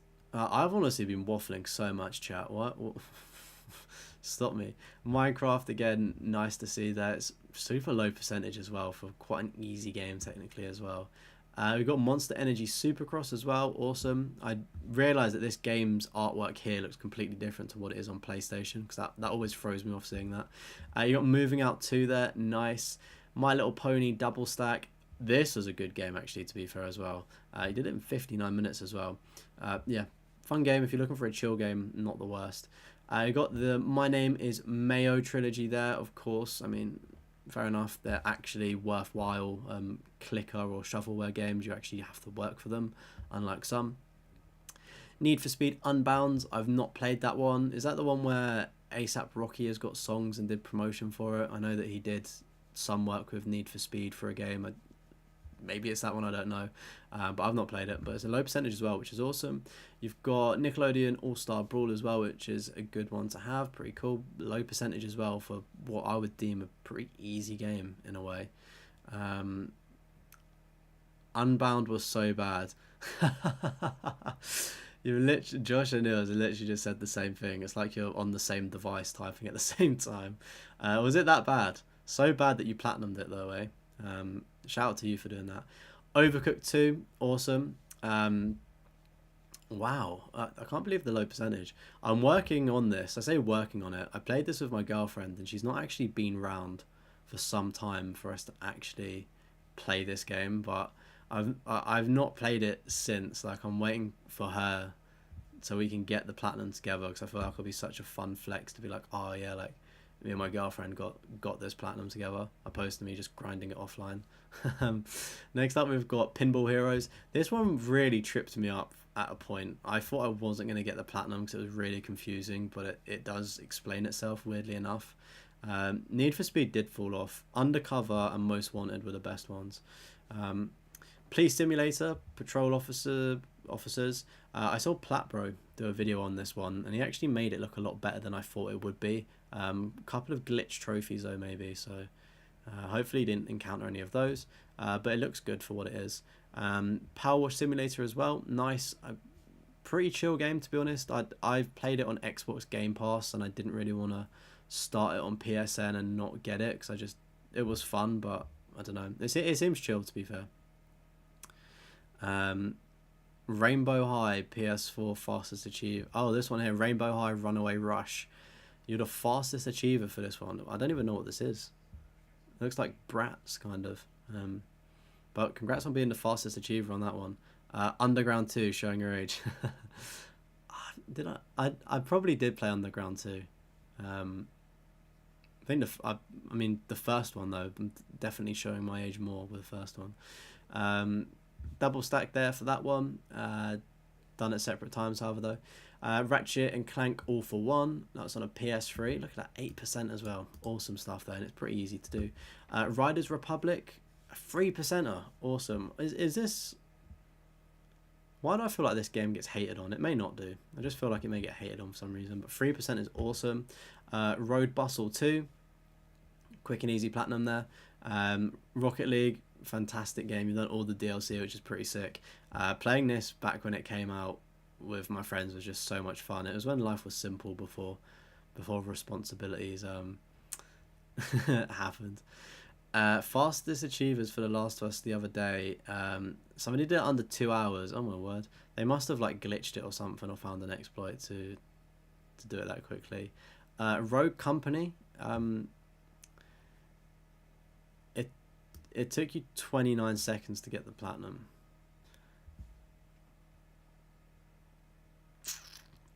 It's a 7%er, which is awesome. 4 out of 10, so not the worst, in 45 hours. I don't know how you did it in 29 seconds. How can it be an auto? Oh, can you take the PS5 version back to the PS4? That is a very weird way of seeing an auto pop, to be honest. Very weird way of seeing it. It's normally the other way around. Free data save to transfer platinums. I mean, to be fair, I do it as well. I've done it with Resident Evil. It just threw me off because it's PS4, not like PS4 to PS5. Saints Row Get Out of Hell. Oh, you did that on PS3. Oh my word. Nice to see. I feel like Saints Row 3 is where the series peaked and then just went downhill from there. Sam and Max Save the World and Beyond Time. Believe these are Telltale games, are they not? Never played them though, so I don't know if they're any good. But nice there. Seasons After Fall. I don't know what that is, unfortunately. Sniper Elite 4. That is a very weird trophy list for a Sniper Elite game. Played Sniper Elite 2, and that was the last one I ever played. But I can I really love like the slow motion bullets and stuff like that. Really fun games, and as we can see, the platinum is a 3%, so it's definitely Definitely a difficult one to do, but good stuff on 100%ing that as well. South Park Snow Day. I've not actually had the luxury of playing this game yet. I was just put off by the 3D character models, but maybe if I play it, my mind will change. The other two games are really good though. We've got Speed Truck Racing as well, so just a racing game there. We've got the 2 SpongeBob games as well, really good. I need to get and do these, to be honest. They're on my list to do, but it's just actually like allocating about 20 hours or however long to do them. But we've got the Spyro trilogy here as well. Good stuff. I remember playing these when I was younger as a kid. I don't think I would want to get the platinums for them personally. It's just a nice memory that I've got in my head. I just also couldn't be bothered to do it, to be honest. It's the worst 3 out of the South Park games. Yeah, I've heard that quite a lot, but I need to try it for myself. Stranded Deep. This is what I was talking about earlier, chat. Platinum in 31 seconds. So if you joined somebody's lobby and they had the platinum, you would also somehow it like glitched and you could earn the platinum. Really weird, and the percentage is still super low despite that exploit happening. I mean, I did get some of the trophies, but then just was aware of it, so I did cheese it myself. I'll be honest. Suicide Squad up next. Kill the Justice League. I feel like it's maybe a bit overhated, to be honest. It's a 15%, so it is creeping up. It's probably just grindy. I will pay £20 or under for this game, and it's creeping within that region. Maybe it will be that cheap soon. But yeah, I'm interested to try it. Maybe it's overhated or maybe it's rightfully hated. Who knows? There's probably more content to play now as well, which will make it a lot better. You've got Superbox Delivery. Seems like a pretty easy one to get there. Super Street as well, another racing game.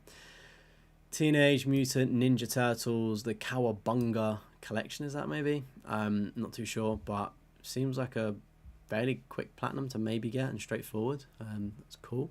Tekken 7 as well, good platinum to have. I really struggled with getting the platinum for that, but the Tekken community is actually pretty sick, to be fair. Had to replay the story of a random dude because it doesn't let you replay because it's live servers and the trophy bugged out.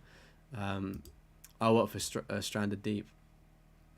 The Gardens Between, chat, if you're looking for a really fun indie kind of light puzzle game, the Gardens Between is actually really good, and I'd recommend doing that. Super fun platinum. As you can see, you can get it in like an hour if you're watching a guide, but obviously it'll take longer without. Suicide Squad. Oh damn, that does suck. You have to redo it. Last of Us Part 1 and also Part 2.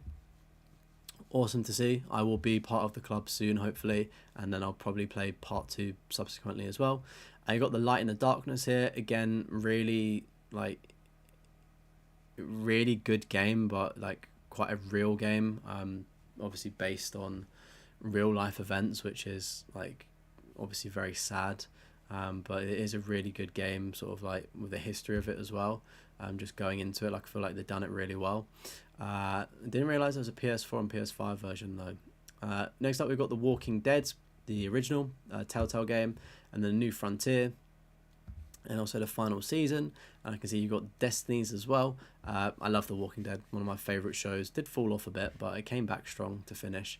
And I really do need to start working on putting out the video for The Walking Dead Survival Instinct Platinum.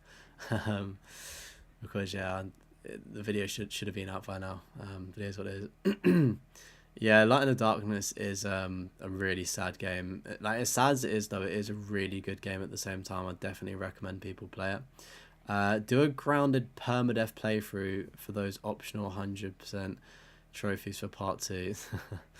I would not wish that. I mean, at the same time, sounds awful. I would not recommend doing that.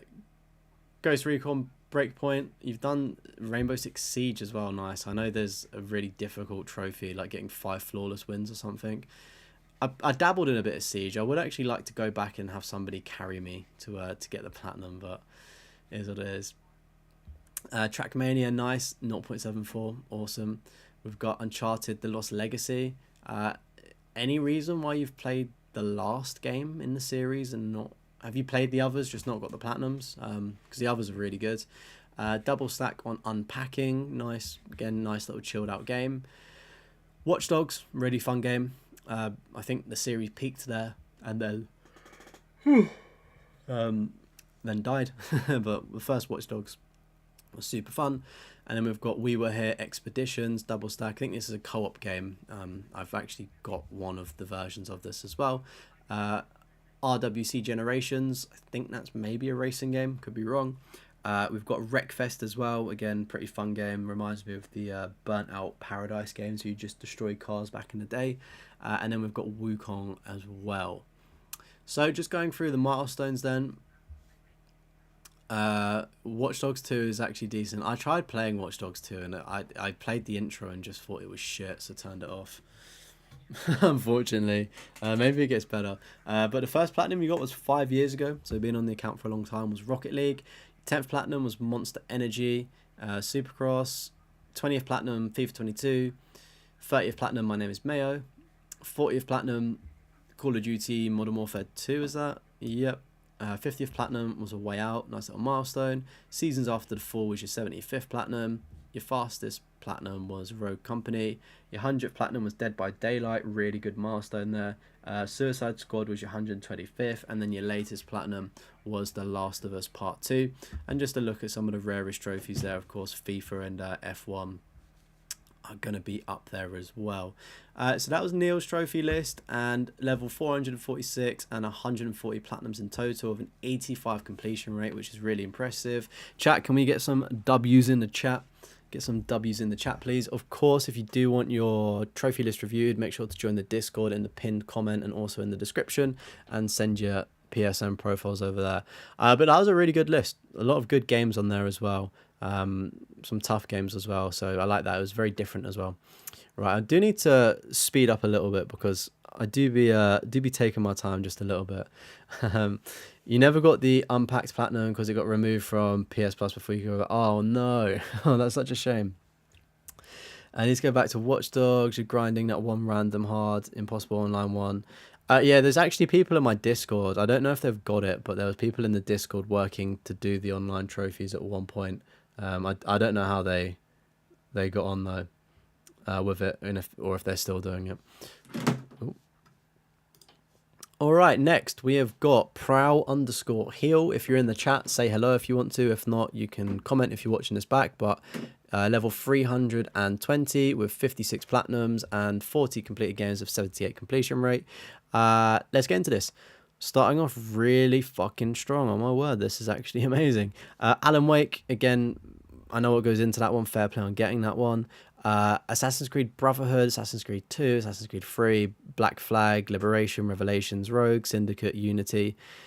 There's obviously some of the newer ones. I don't think this person doesn't have a PS5, I don't think. So that would explain why there's not any modern Assassin's Creed games. But in terms of everything available on a PS4 system, I'm pretty sure that is all of them, I think.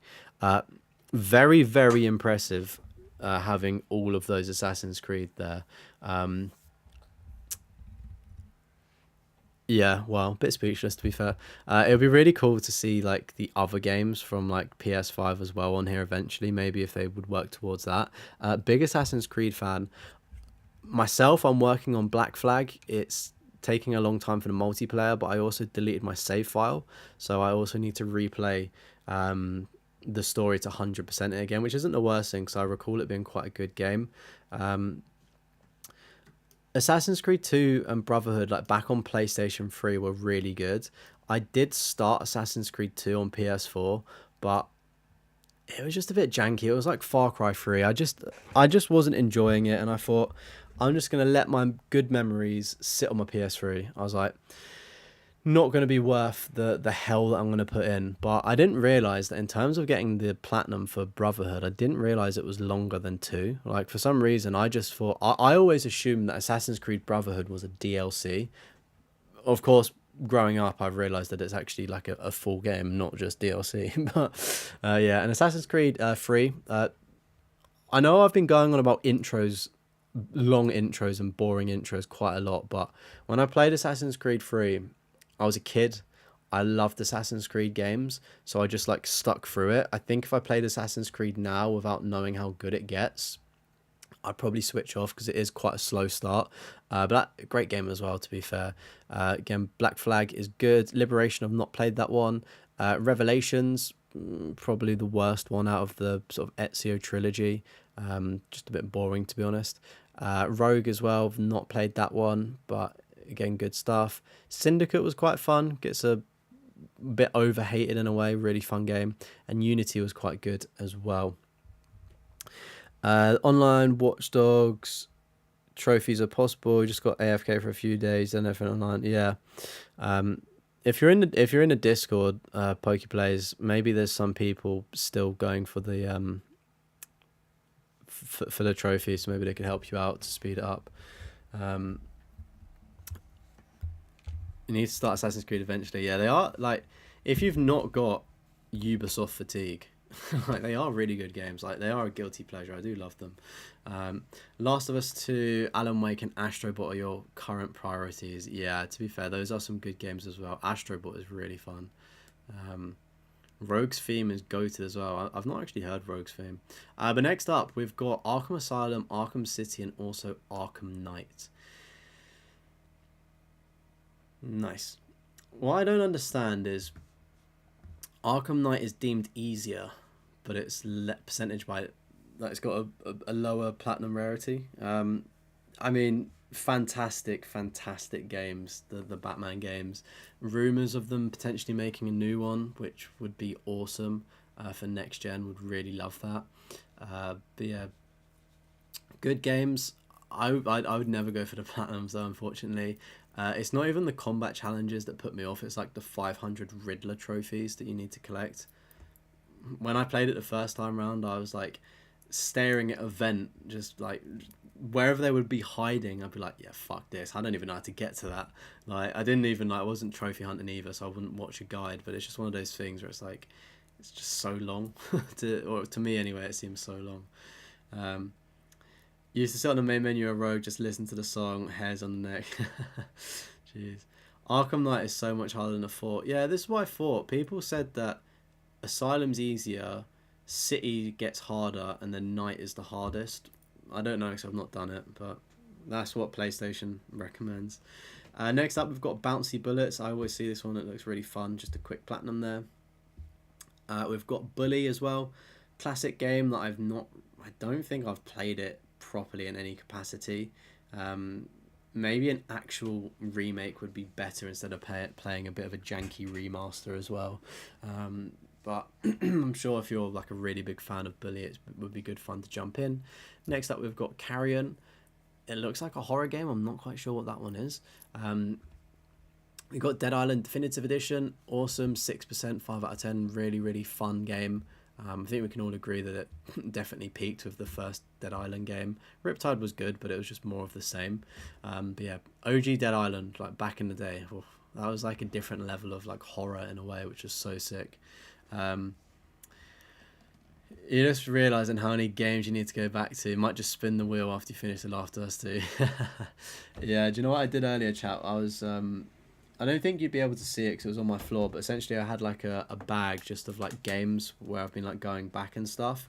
So I put that away, and then I've been meaning to go back to this bad boy, and I honestly can't believe that, oh my word, I got like this, whatever you want to call it, special edition with just like all of the stuff in for like £8 or something off Amazon. Like, unbelievable.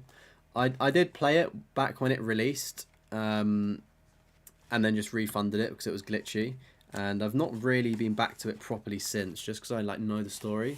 But after watching, I watched Edge Runners, the cyberpunk anime, so long ago, but it just sits rent free in my head like every day, especially like the song as well, just is so just chef's kiss. But yeah, I really need to jump into that, so that's probably going to be one of the games that I play offline as well.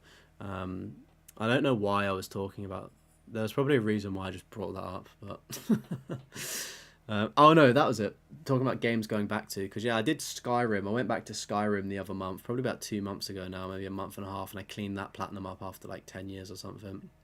So I'm going to go back and clean up Cyberpunk. I was going to do The Witcher, but the version that they let you download on Plus is not the one that I've played. I played the game in a year one. So I'd probably have to buy it if I wanted to clean that game up. But yeah, again, The Witcher is really fun as well.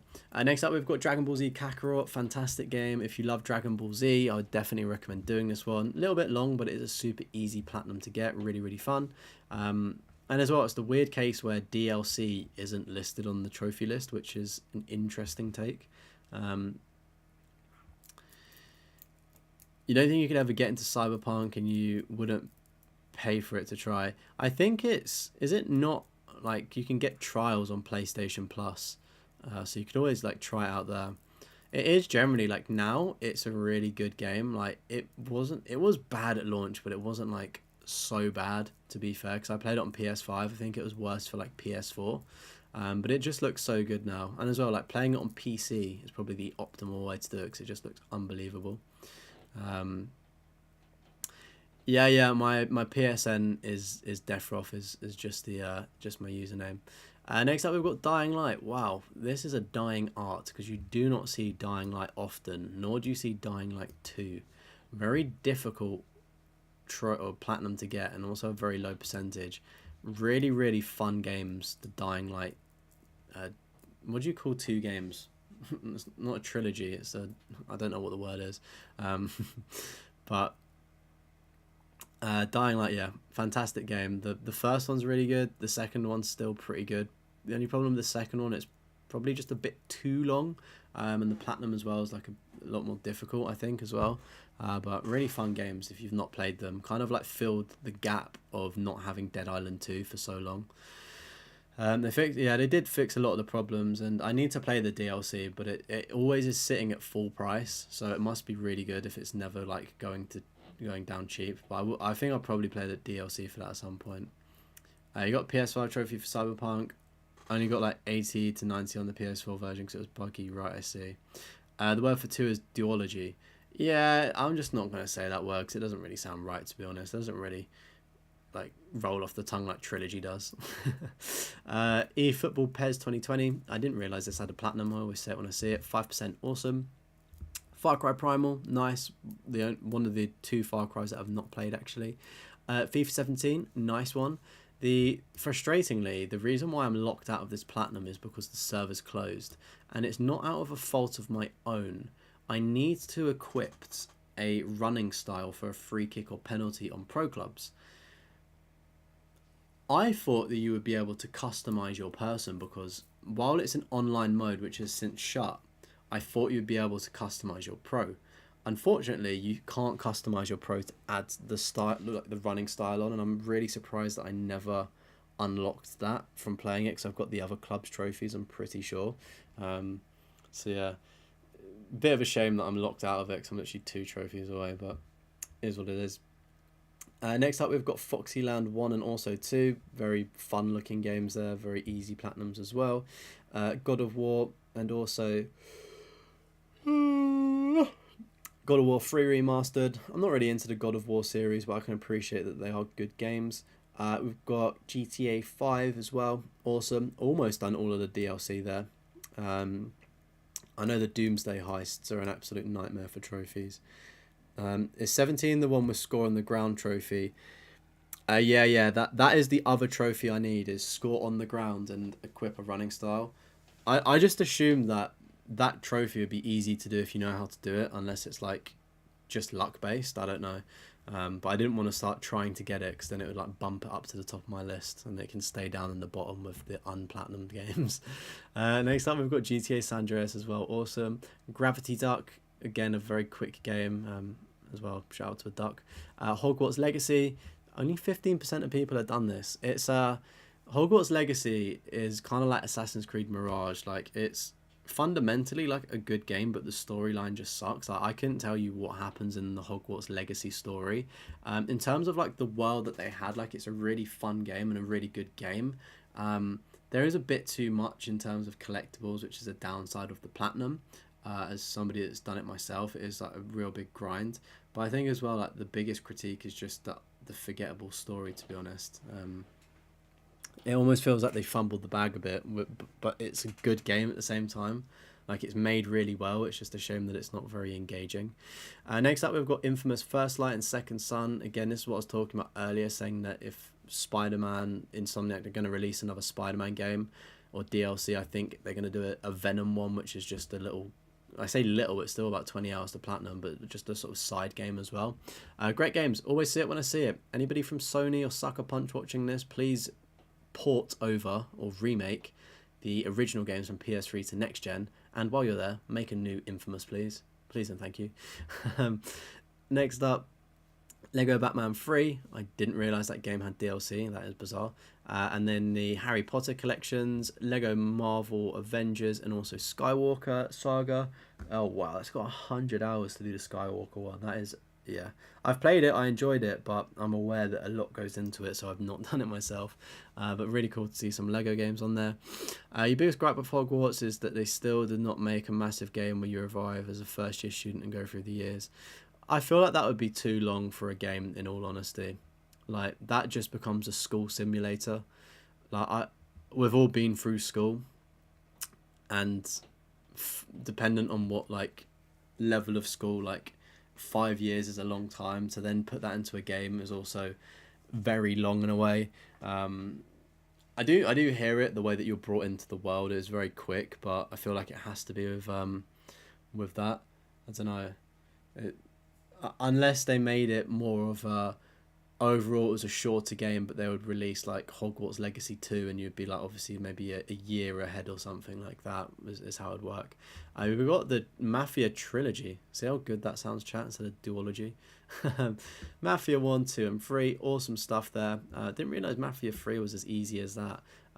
But I need to go and clean up the first Mafia. Actually, it's on my to-do list of games. The new one should be pretty good as well. Marvel Spider-Man and also Miles Morales, again, fantastic games. Medieval remake, again, not really my cup of tea, but I can appreciate like having a PS1 game like remade or ported back over or back up to next gen. Milo's Quest, again, just a quick platinum there. Got Minecraft as well, which is again a fairly straightforward one. You've got Need for Speed Payback. I've not actually played that one, but it is a 5 out of 10 and a 6%, so nice on that one. Prehistoric Dudes, I'm assuming that's just an easy platinum to get, going by the completion percentage. Ratchet and Clank, a series that I really do need to jump into, to be fair, urgently, because I've not played them. Real Politics, New Power, I'm assuming that's maybe like a Civilization maybe, or like a sort of a tactical game in a way with like different pieces of land, maybe, not too sure. But a 4% one regardless is awesome. Star Wars Jedi Fallen Order, again, nice. Really enjoyed the game if that's the first one, but the only the problem that I had in terms of the platinum was just doing all the backtracking. Just couldn't be bothered, to be honest. It's quite long. Hate when games make you do that. Tekken 7, awesome. Terraria, 200 hours and an 8 out of 10. Very impressive, and a platinum that you don't see ever too often. And the DLC is 100% in as well, which is awesome. So fantastic job on that. And you did it in 3 weeks. This may be your most recent platinum as well, to be fair. That is a very impressive achievement, dude. Or dudette. Until Dawn as well. Again, I'm not really the biggest fan of this. I just feel like it just doesn't... Great concept, executed poorly, I just think, with games like that. Not being able to skip things and they just go on for too long. Not really my cup of tea there, but I love Heavy Rain and Detroit Become Human. It's weird. Watch Dogs as well, awesome game we spoke about earlier, and then Without Escape just to round off, which is another pretty easy game. First trophy was 9 years ago, and your first platinum was 7 years ago. Awesome. 10th platinum was Minecraft. Your 20th platinum was Bully. Your 30th platinum was Dragon Ball Z Kakarot. Awesome little artwork there. Your 40th platinum was Arkham Asylum. Your fastest platinum was Milo's Quest. Your 50th platinum was Arkham City. Lovely. And your most recent platinum was Foxyland. Very good trophies in there. It's been short but sweet. So we've got 56 platinum trophies in total. Level 320. That was Prowl_Heal. If we can get some W's in the chat for Prowl Heal there. I really enjoyed that trophy list. That was really good. I think seeing all of the Assassin's Creeds were pretty cool as well. So some good stuff on there. Started playing Mafia 2 and 3 and you haven't gone back through. Yeah, I tried. I don't know if I've played Mafia 2, but I played Mafia 3 and I just couldn't really get through the intro. I thought the intro was pretty boring of Mafia 3. Done 2 hours of Rift Apart and don't really think Ratchet and Clank is for you. Yeah, and maybe I'll just start with Rift Apart because it's like the newer one. So in theory, it probably should be like a little bit better, maybe. I don't know. Very W list chat. This is the beauty of reviewing these lists, is like somebody always comes away with something, whether it's me or like people watching in live or as a VOD. Like, you just get exposed to so many games that you may not be aware of, and you end up platinuming yourself. That's what I do. I just watch other people's like tier lists and things and be like, oh, I'm going to do that one. So next up, we've got Mish Pro, also known as Mishrak in the live chat. Level 556, 233 trophies, and a very good completion rate as well. This episode has almost been going on for 2 hours, so I am still kind of dying from from my card, so I will be not skipping through it completely, but I will be just increasing the pace a little bit. Just get reminded of all the games you left behind. So yeah, of course, chat, if you want your trophy list submitted, do join the Discord. It is the pinned comment and also in the description as well. 112th Seed. I have never heard of that game. It looked pretty good, but it is a very easy game to get from the looks of things. But it looks like it's well made. A Hat in Time. Oh, I've seen that, and I was tempted to do it, and then I couldn't be bothered to do it. But it does actually look pretty cool, to be fair. I think it was recommended from somebody many months ago as well. You're going to go back to some games and get your completion rate up as well. I mean, your completion rate is like fairly high. It's above 50%, which is awesome. Again, games that we've been over earlier on in the episode, I will just skim over. A Plague Tale, Innocence, and Requiem, really good job having them. As I said earlier, I need to go back and get those myself. A Way Out as well, very good. Another Crab's Treasure. Is this like this? Excuse me, chap. I had like a hiccup and a burp there. And that was a burp. Another Crab's Treasure. This is like the Souls-like crab game, right? I saw this, like the devs tweeting about it on Twitter. It's not my style of game, but I can appreciate where it's come from, and it does seem pretty cool, to be fair. And congrats on getting the platinum as well. It's really weird, like 5 out of 10, semi-difficult, but the completion rate is just like so high. It's crazy. I'm assuming like the game owners must be like a low number. You got Ark Survival Ascended. That's different from the Ark Survival Evolve, but you did this one in 1 week, and it's a 2%er. Is it realistic to get it in 1 week, or did you sort of cheese it a little bit by doing like the menu thing that you can do on the previous game? But I mean, regardless, however you did it, 2% is very impressive. Army of Ruin there took you 1 week to do. I don't know what that one is. Assassin's Creed 2, Mirage, Origins, and Valhalla. That is something you do not see very often.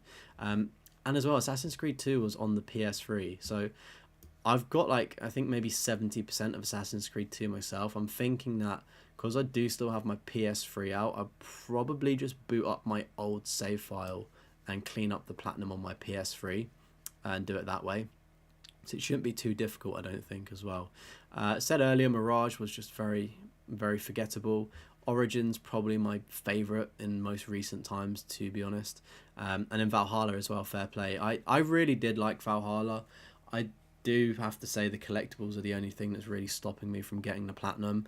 And I would probably need to watch a guide, even though it's all on the map, because I just look at some of them and I think it's kind of like underwater, but there's like things outside in a swamp of a collectible that I'm looking for, and for the life of me I just don't know where it is, so I probably just need to watch a guide to clean it up. But I understand people's dislikes for it. I'm surprised it's a 16%, to be honest. It's quite high for people that complain it's too long to get the platinum there. You did the 2 final bosses with console commands, I see. Look at the time it took you to get Assassin's Creed 2. 14 years and 1 month. Yeah, so you went back to it at the start of this year. Mine's going to be exactly the same, to be honest with you.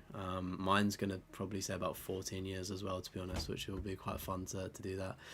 Hey Volt, welcome in. How's it going? Nice to see you in. Hope you're doing well. Astrobot as well. Awesome, awesome, awesome. Oh my goodness, it's at 60% already. That is crazy. What a great game, chat. If you have the chance to play Astrobot, do it. It's really, really good. Astro's Playroom as well, great fun. Hey, somebody else with the Back for Blood Platinum. Awesome stuff. 4%. Super low and a 9 out of 10. It says 100 hours, right, chat?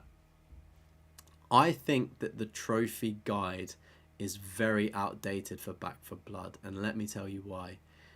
If you play with 4 people, and you have access to all of the cards now, like the builds, should you say, if you all put on a good build that works, right, you just watch a YouTube video of the meta, let's say, right, and you have I say, like, essentially when I played it with 3 people that knew how to play it, right? So I'm not saying I got carried because I could hold my own, but it's like they knew, a bit of map knowledge, but it's nothing that a couple of runs wouldn't, you'd be able to work out. Having access to all of the cards and making the classes the way you want definitely takes it down from a 9 probably to maybe a 5, I would say. I don't think Back for Blood on the harder not the DLC trophies at least, but the main game, I don't think it's that hard. The only problem with Back for Blood, as I mentioned in one of my recent videos, like 7 platinums that annoyed me or whatever, was just the Good Riddance trophy, having to kill 53,000 zombies. Like, it took too long. I could understand, and I made the point in the video, is if it was like Left 4 Dead 2 with like the replayability and like the community being there and the fun, you would not easily, but you'd be a lot closer to the 53,000 kills than somebody that played it, completed it, and thought, there's not much replay value in this game, unfortunately. It's fun for what it is, but the platinum is definitely definitely a slog, as you can see there. Yeah, I'm doing all good. Thank you, Volt. Doing all good. You have a platinum stuff, super fast or super slow. Little Nightmares 2 took you 17 hours, while the guide said 6. Last of Us took you 20. Guide said 40. Wow, you did Last of Us in 20. That's impressive. I need to start Little Nightmares 2. I was very close to starting it, but I thought I would clean up the Lollipop Chainsaw Platinum before I start something else. Barn Finders up next, another quick platinum it seems. We've got Batman The Enemy Within, and also the Telltale series, such as Season 1 and Season 2. Really fun Batman games, to be fair. Really enjoyed those. Bloodborne as well. Just on the Batman ones, I think I played them really late. Like, I didn't play them when they came out, because I was like, oh, it's going to be rubbish, but it was actually really good. Bloodborne as well. 7 out of 10, nice to see. I'm pretty sure everyone wants the remaster or something, or the PS5 port. Maybe one day it will happen. You've got Borderlands 3 here. I don't know how the difficulty stacks up to the others. I think 1, 2, and 3 are probably about a similar difficulty, with like then the prequel one being insanely difficult for some reason. But yeah, I've never played a Borderlands game properly, so I really want to play them and try and get the platinums, because it seems like a franchise or a series that'd be worth trying maybe. But it's like I need to go back to Mass Effect. I need to do so much. Last of Us 2 is going to take you so much longer. 5 hours in and it's only 20%. Oh my word, that's so long. Still feel like the last bit of the third act in Back for Blood is a 7 out of 10. The one where you have to throw the vials at the giants. I in all honesty, I can't really remember Back for Blood that well. Maybe on a replay I would agree with you, but just as a memory, I recall breezing through it. I think we got held up on a few sections, but it's nothing that a bit of teamwork can't do. Next up, we've got a bunch of bowling story games. I'm assuming these are just 6 minutes, just some quick platinums there. I mean, I don't blame you. I've done similar things. We've got Bugsnax as well, a game that always amazes me. I've never played it myself. I'd probably have a lot of fun doing it. It's just finding the time. It's pretty short, it seems, as well. So I've got Bully earlier. Nice. Oh, I just saw a game on the right-hand side that's awesome. I can't wait to get to that one in a bit. I wonder what game I just saw, chat, on the right. You tried to get the world first in Bully, ended up like 16th or something. Oh my... Do you know what, though, Josh? 16th is still really, really good for such a big game as well. Like, that is actually insane, being within, like, the top 20. I know it's gutting that you didn't get first, but that's still really good. I know some of the trophies can be a bit temperamental on Bully, so that's probably why you may have missed out, just from it not popping. But we've got Cat Quest 1 and 2. Again, games that I really want to play in Platinum. It's on the list. Hopefully I'll get to it soon. Chaos of Deponia, sorry. Deponia. I think I don't really know too much about this one, but I'm assuming, again, it's an easy one. We've got Chickens on the Road, again, just a quick throwaway Platinum there. Chivalry 2. That only took you 6 days to do. Fair play, bro. It's a 4%. I know what goes into Chivalry 2. 6 days is insane to get the Platinum in as well, so fair play on there. Clash Force, again, seems just like another quick and easy Platinum. Coffee Talk. I believe there's a Coffee Talk 2, actually. And I've seen Mystic play the first one and probably the second one at some point. I think it was in his 30 Platinums and 30 Days videos. It looks like a really fun game, to be fair. I don't know how much it costs, but I'd definitely be interested in playing that because it does seem super chill as well. The point of games are point-and-click games by a German studio of an amazing story. That's it. I recall... it must have been some... I mean, it makes sense. It must have been a German account that we reviewed a few weeks ago that had that game. I feel like somebody said as well, like the studio's meant to be really good. We've got Conan Exiles here. I can see it was done in 17 hours, so that was probably done with the cheese method, I'm assuming, with like the menu, I think. Because as well it says it's meant to take 50 hours and be a 7 out of 10. We've got Concrete Genie as well. Again, a Platinum that most, I'd say 90% of trophy lists have. Again, we've got Control. Need to jump back and get the Platinum myself. Crisis. I do actually have a video of this on my channel. It hasn't... I really enjoyed making the video. I feel like it's quite a slept on video of mine, but it just didn't really do well in terms of views. But it generally was a Crisis. Like, when I played the game back in the day on PC, it was revolutionary. Playing the Crisis trilogy, because I've platinumed them all, it was probably one of the worst experiences of my life. I can appreciate what they did for gaming at the time, but especially the first one is so janky. Like, my PS5 crashed so much because of it. Or not my PS5, but the game crashed so much. Still couldn't tell you the story of the Crisis games. No idea what goes on. It's just literally a shooting game to me. We were robbed of Control too. I mean, at least with the Alan Wake DLC, it's kind of in the lab, so maybe it'll like there'll be a lot of like crossover, I guess. You did the first 15 hours of Conan legit, and then we was fed up with the game, so cheesed the last bit. No shame in admitting it.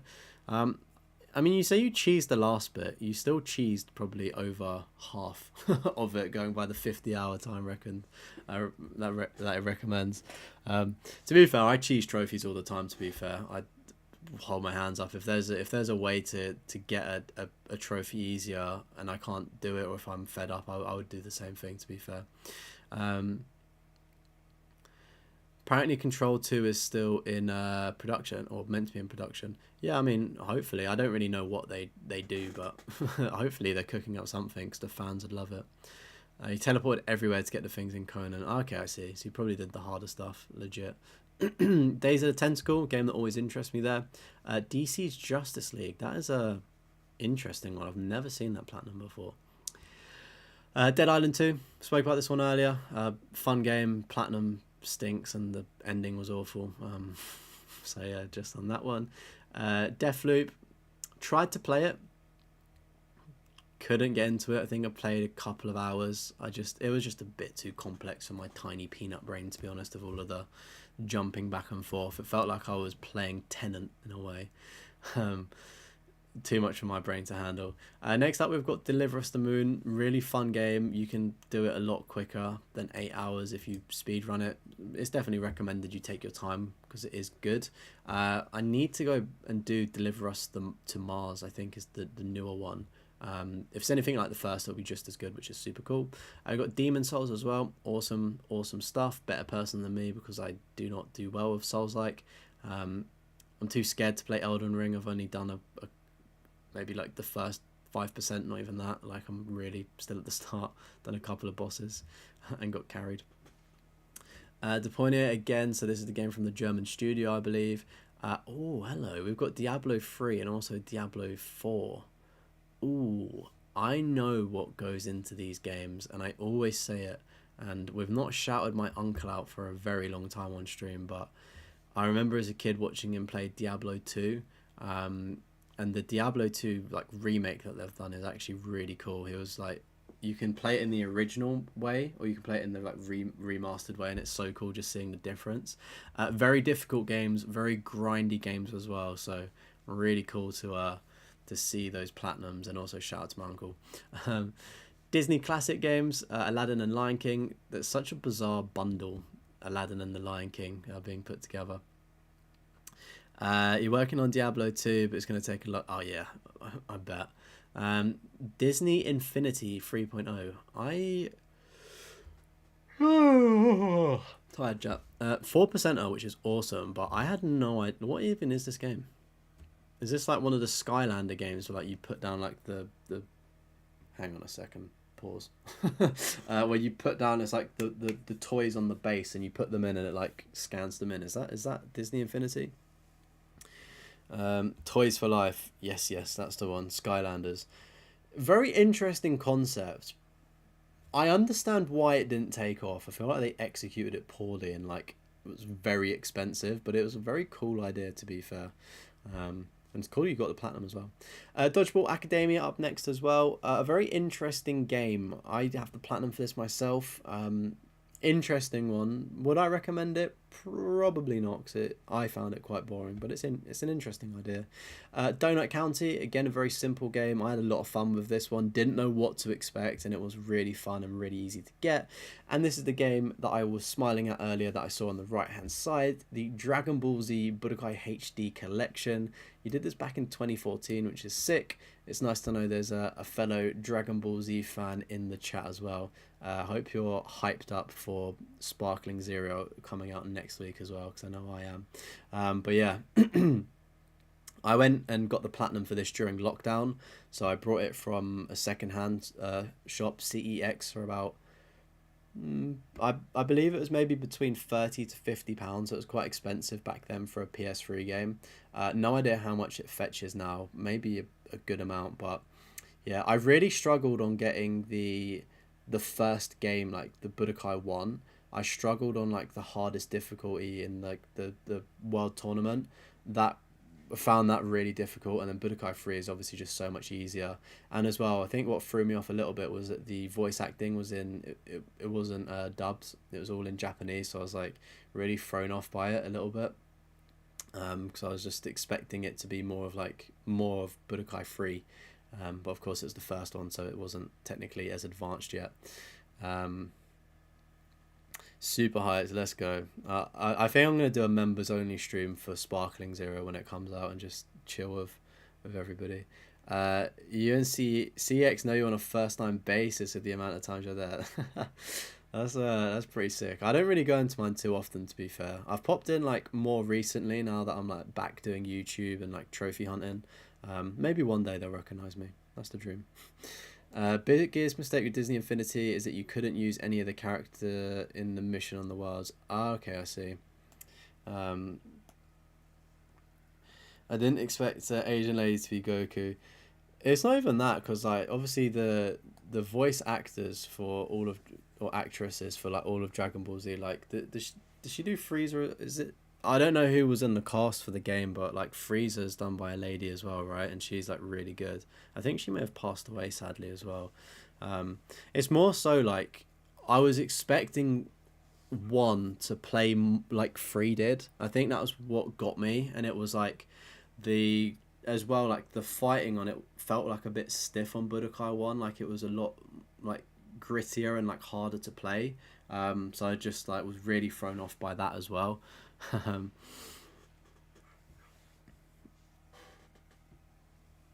But yeah, I honestly like can't tell the difference between what gender a voice actor is, to be honest. They're very, very talented. Dragon Ball Z Kakarot as well, great game, really really fun. I enjoyed that one as well. Like playing that is like the best games from like classic PS2 and also PS3, and then Kakarot as well was like my way of reliving Budokai 3. with a bit of super sprinkled in as well. I think Sparkling Zero is kind of gonna be like Kakarot, but obviously not as story focused. Like I really just want there to be another Kakarot game, but I understand it would just be super content, maybe the movie content, which there's probably not enough stuff to do. But yeah, just love Kakarot. You need to try Souls-like again. You think your mistake was trying to start a Bloodborne. Isn't Bloodborne one of the easier ones to go for? I could be wrong. Or Elden Ring, maybe. Oh, wait, no. Yeah, wait, no. Is Bloodborne easy? I don't know. Not easy, but like easier. Next up, we've got Dredge. A very cool looking game there. I don't think I'd have the the technical ability, not technical, but like to be bothered to get that one. But it does look cool. Next up, we've got Drowning, another quick platinum. Speaking of Souls, like we've got Elden Ring. Chat, if anybody's good at Elden Ring and wants to carry me to the platinum trophy, you're more than welcome. And I feel like it would make a great video on YouTube. This subscriber got me the Elden Ring platinum, as we both rise to fame together. Because I'm too scared to play it by myself, because I just honestly suck at it so much. I like seeing where I need to go. Like, I'm not good at finding out my own way. You've heard it's the easiest, but also the hardest, depending who you ask. Oh, okay, I see. Yeah, okay. Guess it's the bit of both there then. Next up, oh, this is lovely to see. You've got the original Far Cry 3 as well. I think I may go back and clean this one up myself, actually. I do know that there's some co-op that you need to do. Hopefully it's still obtainable. But yeah, Far Cry 3, awesome. Far Cry 4, nice. And then 6, Primal New Dawn. Is there a reason why there's no Far Cry 5? That was quite a... I was skeptical about it, but it was quite a good game, actually, Far Cry 5. But yeah, do love a bit of Far Cry, but a guilty pleasure. Need to try out Primal and New Dawn as well. I know some of the trophies can be a bit dodgy, though. And this is honestly beautiful. Final Fantasy 2, 3, 15, and 16. I need to buy this collection of like the is it the Pixel HD collection or something? I really want to get it on physical as well and just try out these classic games, because they seem fairly straightforward to do, which is almost my fear with a JRPG, because I'm not necessarily the best at them, but I do like them. 15 as well, very fun game. And then 16 as well. I gave my game of the year last year to Final Fantasy 16 because I thought it was a fantastic game. Like, just everything about it was so good. It's a shame that Square don't think that 16 and 7 Remake and Rebirth are performing as well as they expected. Of course, games aren't going to perform as well when they're stuck on one console with exclusivity for so long. That's the reason why they're not selling as you expect. But I feel like if you actually break it down with like how much people like the recent Final Fantasy games, like I think as a community we love them, and they have sold pretty well as well. I think Square are just being a bit funny about things. You're going to be doing Far Cry 5 next year, but you want to clean up Far Cry 6 DLC first. Okay, I see. Good luck to you with that, because that's a lot of DLC for 6. Don't think you get into Final Fantasy, but you want to try it eventually. Yeah, I would say, like, it depends what you like. If you like JRPGs, and obviously jumping back into the remastered ones are really fun. Like with 7, like the original 7, you can speed it up a lot. But if you're more like a modern gamer, kind of like myself, I really liked the Final Fantasy 7 remake and Part 1, which is just remake, and then Final Fantasy 7 Rebirth that came out this year. It plays a lot different. It plays like Final Fantasy 16, which is like very kind of combat focused, but I really enjoy them. But I understand the criticisms and critiques from like original Final Fantasy fans from about 20 years ago. But obviously I wasn't able to play them because I was only a wee lad at the time, so I would have no idea how to play it, but I was always watching it. Like, I grew up watching Final Fantasy 10 and 10-2 and like was blown away by those. Game of the year this year, I think, unless something huge comes out in the back end of this year, I think it will be Final Fantasy 7 Rebirth. I think that's what my game of the year would go on. I think Wukong has been. I've not played it. It's not my kind of game, but I feel like people like that quite a lot. But I feel like Final Fantasy VII Rebirth this year was by far, hands down, the best game. It was brilliant. There was so much in it to do. So much to do. Like, if Final Fantasy VII Rebirth didn't come out, I would give my game of the year to Astrobot from what I've played. I don't think you could probably argue that the Elden Ring DLC probably would be in a shot of being up there as well, despite it being DLC. What else? The Dead Rising game looks pretty good. I don't know if it would get Game of the Year, but it definitely looks like a good game.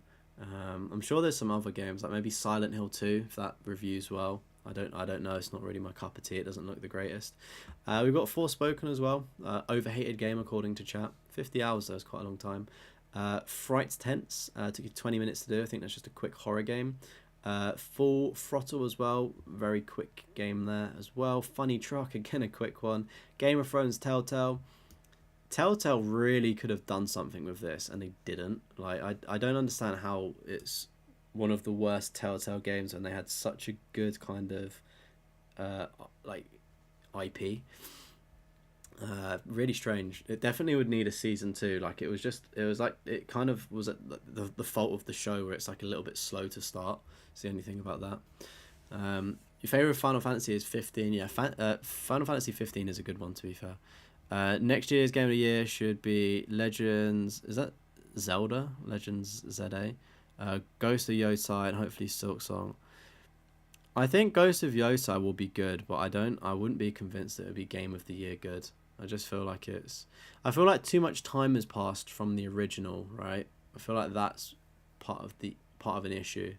And I also don't really know how they're gonna like make it better. And I'm only saying that because I've got concerns from Spider-Man 2 being the sequel. And we're thinking Ghost of Yotei, like, I know they've like moved forward in time a little bit, so there's like more technology and things like that, which is cool, but it's like you can't use a wingsuit to get around the map. Like, you're probably still going to be using horses. Like, it'll be interesting to see what revolutionary things happen in the new Ghosts game, but I don't think it would be game of the year personally.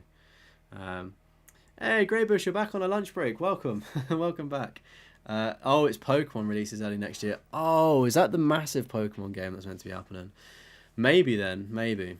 I don't know if they're making it. I know another Zelda game has just come out within this week or next week, but maybe there'll be another Zelda game next year as well. That always does well. Genshin Impact, I had no idea this had a platinum. Fair play. A lot of hours go into this one. Insane. 9% as well, which is sick.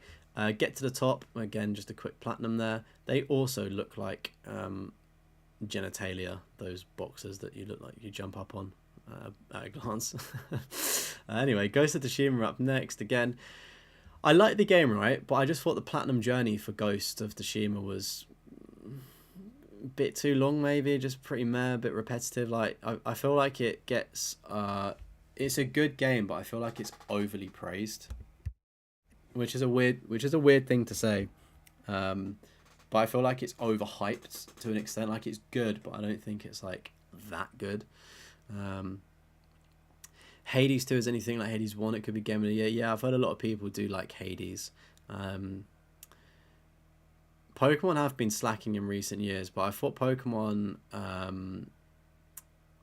is it Arceus? That was pretty cool, how they like refreshed it a bit. I feel like they just need a little bit of time to cook. I feel like maybe as well, if like a Switch 2 comes out next year, like, it would definitely like really help Pokemon's case. But I know what you mean. It does feel like it's kind of been slacking, but it's always difficult when you're doing a new generation of Pokemon, trying to like get people to buy into the new generation. Like, it is difficult when everyone literally just loves like the original 151, you know. Ghostwire Tokyo, again, very interesting game. I started it and just thought I couldn't be bothered to go for the platinum for that one, but it does look good in fairness. I got Goat Sim 1 and also 3. It makes me laugh that there's no 2. It just went straight to 3. It's so jokes. It's nice to see that 3 is easier than the first one. The Flappy Goat simulator thing is just awful on that one. Only takes you 2 hours to do as well for Goat Sim. Craziness. I like left the game for like 2 years because I got so frustrated with the trophy I just deleted it. And we've got both of the God of War games. Nice. Goosebumps Dead of the Night. I feel like you probably dislike this game. Everybody that has this Goosebumps game says they absolutely hated it. I didn't realise it had DLC either, which is interesting. Gotham Knights as well. Again, I liked it. Not the worst game in the world. Grim Fandango as well. Nice. 1 out of 10. Interesting. Hades as well. Oh, that's nice to see. We're speaking about Hades in the chat as well. 6 out of 10, 50 hours. That's pretty cool. You didn't hate of it, but you're not fond of it either. Yeah, I get you. Oh, nice. You've got Heavy Rain. It's a 9% Heavy Rain to get. Oh, I do really need to go back and clean Heavy Rain up because I would love to have the platinum for this because I really liked it on PS3, but I don't know what it is about. It's almost like if you replay Far Cry 3, I don't think it's as good, but if you're a new player playing it on the whatever the edition on PS4 and 5 is, it would probably be good. And it's the same with Heavy Rain. If you've played it and you know what happens with the story, it's really hard to get into that story when you know everything that happens. But it's still, like, with my PS3 nostalgia lens on, really good game. See you later, George. Thank you for tuning in, broski. Have a good sleep. Hitman Absolution, PS3, awesome to see a classic there. Hogwarts Legacy, again, spoke about it earlier. I feel like it was just a missed opportunity there. They fumbled the bag. Platinum is too grindy as well. Forbidden West and also Zero Dawn, again, I just couldn't get into it. I tried it and I was just like, meh. Moving on. House Builder and House Flipper. Interesting that one's more difficult than the other. Good to see though. I've seen the House Flipper one and was tempted by it. You've got the original Infamous as well. That you do not see very often. Awesome there. 10% as well. Really, really good. And of course you've got First Light and Second Son. Said it earlier. I'll say it again whenever I see it. Sony, Sucker Punch. Bring the games over to PS5, the earlier ones, and also just make a new one. Thanks. 5:20 here. It is 11:20 at night, so it's about to be midnight, and I'm about to go into Thursday here in the UK. I'm assuming you're probably in the States if it's 5:20. What's that, like New York time maybe? I don't know. What is that, Eastern? Just a guess. It Takes Two, awesome game to have there. Jack and Dill DX, again, a very quick game. There's a game that looks like this that is like really, really difficult. It's got the same art style as well, pretty sure. A Jigsaw game, again, another quick one. Killer Frequency. That looks quite interesting, to be fair. It looks like Scream. OG Infamous is horrible purely because of the blast shards. I honestly can't remember it too much, in all honesty. I've just got good memories of the one from PS4. So yeah, I'm pretty sure that the PS3 ones would be janky. Kentucky, nice. Shout out to Kentucky. Blast shards are the bane of your existence. What were they, collectibles or something, the blast shards? Spoke about Lake earlier, of how awful of a game it was, and just such a grind. The Last Stop as well, nice. A lot of Lego games here. So we've got Batman, DC Supervillains, Dimensions, Harry Potter, Jurassic World, Marvel Superheroes 1 and 2, Marvel Avengers, the Lego Movie, Force Awakens, and also Skywalker. I think the one that always is interesting to me is Lego Dimensions. This is one that you don't see very often, and of course is the rarest out of that. But I need to get a Lego Platinum myself. I think Jurassic World is one of the easier ones to get with like a shorter runtime. As well. I've got the superhero games and also the Avenger ones, which I should start really. I brought them on sale, but I've just not had a chance to play them like months later. But good stuff, and having a lot of games there as well. You've got the entire Life is Strange series, I believe, as well. Hopefully you've enjoyed it. I've played True Colors and I just wasn't a fan of it. I just thought the writing in it was pretty, like, I don't know, too predictable and a bit laughable. We've got Adventures on the Prairie, again, a very quick platinum. Madagascar Karts, I didn't know that game existed, but nice that they've got a racer game or a kart game on the PS3. Took you 2 days to do, nice. 14 years ago. Man-Eater as well, great game. Mark of the Ninja Remastered. I've not heard of that game, unfortunately, but if it's a ninja game, that sounds pretty cool. We've got Guardians of the Galaxy, the Square Enix game, but then we've also got Marvel's Guardians of the Galaxy, a Telltale game as well, which is actually delisted now, chat. So if you've seen my video about Telltale's delisted games, that's actually one of the games that is delisted. It's quite fun, actually, to be fair. Moving up, we've got Midnight Suns as well. I'm pretty sure this one is quite difficult, so good job on that one. And then we've got Spider-Man, and then Spider-Man 2, and also Miles Morales. Good stuff there. We've got Medieval Resurrection, which is like the remake from a PS1 game, I'm pretty sure. I've never played it. Don't think it's my kind of game, but it's definitely like looks interesting. Next up, we've got Megamind as well. PS3 game. This is like a couple of like these games from PS3 is like Hannah Montana as well. Got the platinum in that. Not ashamed to admit it. The streams are fun. Video will be releasing at some point. But like Megamind and things like that, and like I think there's a Barbie game. Is kind of like what shovelware used to be, where it's like it's still about 5 to 7 hours of gameplay, but it is just like really easy gameplay. So it's always interesting to see. We've got Memory Lane. I didn't know there was a second game, just again, very quick platinums. You've got Shadow of Mordor and also Shadow of War. Awesome. I picked both of these games up for, I think, about £6 or £7 in a bundle. I got a really good deal on eBay. I played the first one, and I still need to play the second one, actually, but I just needed to clean up the platinum for the first one. But when I want, essentially, it's really weird, but I want to pop the trophies chronologically on my like platinum list of how it looks on PlayStation. So that's what I want to do for that. So I was like, I'm not going to rush to get the platinum, but I just kind of stopped. But a really good game. And also shout out to them patterning the Nemesis system and then never using it and not letting anyone else use it, because it is one of the greatest game like systems that I've seen in a game. And I saw this weird rumor. I say rumor. It was on like a video, and it was the more recent game, which may be Shadow of Mordor, I think. There's a specific ogre. Is it ogre or an orc? Like one of the I guess the people that you fight in the game in the Nemesis system. Every single playthrough is different with the Nemesis system. If you don't know what it is, like, it's too long to explain, but essentially it's kind of like it adapts and it remembers what you do in the game, but as soon as you clean or start a fresh save file, it forgets, and like every playthrough is different in a way. Obviously the story's the same, but like who you fight is different, and it's like you fight the low level, then you work your way up, and it's like if this person has a brother and you kill his brother, he's gonna like have more hatred for you, so it'd get more powerful. It's really cool. But this guy kept killing a specific orc. I think they're orcs, right? And then he deleted his save file, but it's like the game remembered, like he done it about 10 times in a row, right? And he was bullying this orc that was like kind of friendly, but I think it betrays you later on, so this guy just kept killing it. And the game shouldn't know what this player did, and it remembered. So there's like this, I don't want to say creepypasta, but it's like it's a like kind of a online like thing that happened. I'm not explaining this very well, but essentially I think the article is talking about how the AI in the game could be sentient and like remember things, even though it's meant to be deleted, like it was remembering things.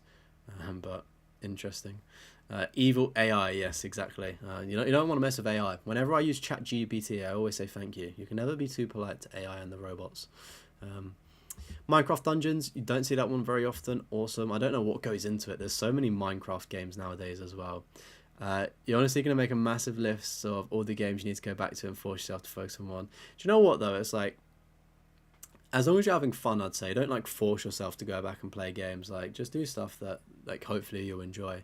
Because at the end of the day, it's also not that deep. Like, it's just a game. Minecraft story mode as well. Nice. Minute, if you've not played this, chat, really fun game. If you didn't get by the name, you have a minute and then like the game resets, so it's like you do different things within a minute. It's pretty cool. Really fun platinum to get as well. Moving out nice. Mr. Masagi, this game is so jokes. It's basically just a Tinder simulator, going on dates, trying to secure massages. You know what I mean. Generally massages. I think there's crazy things like I am Mayo features in it. There's a fucking cow.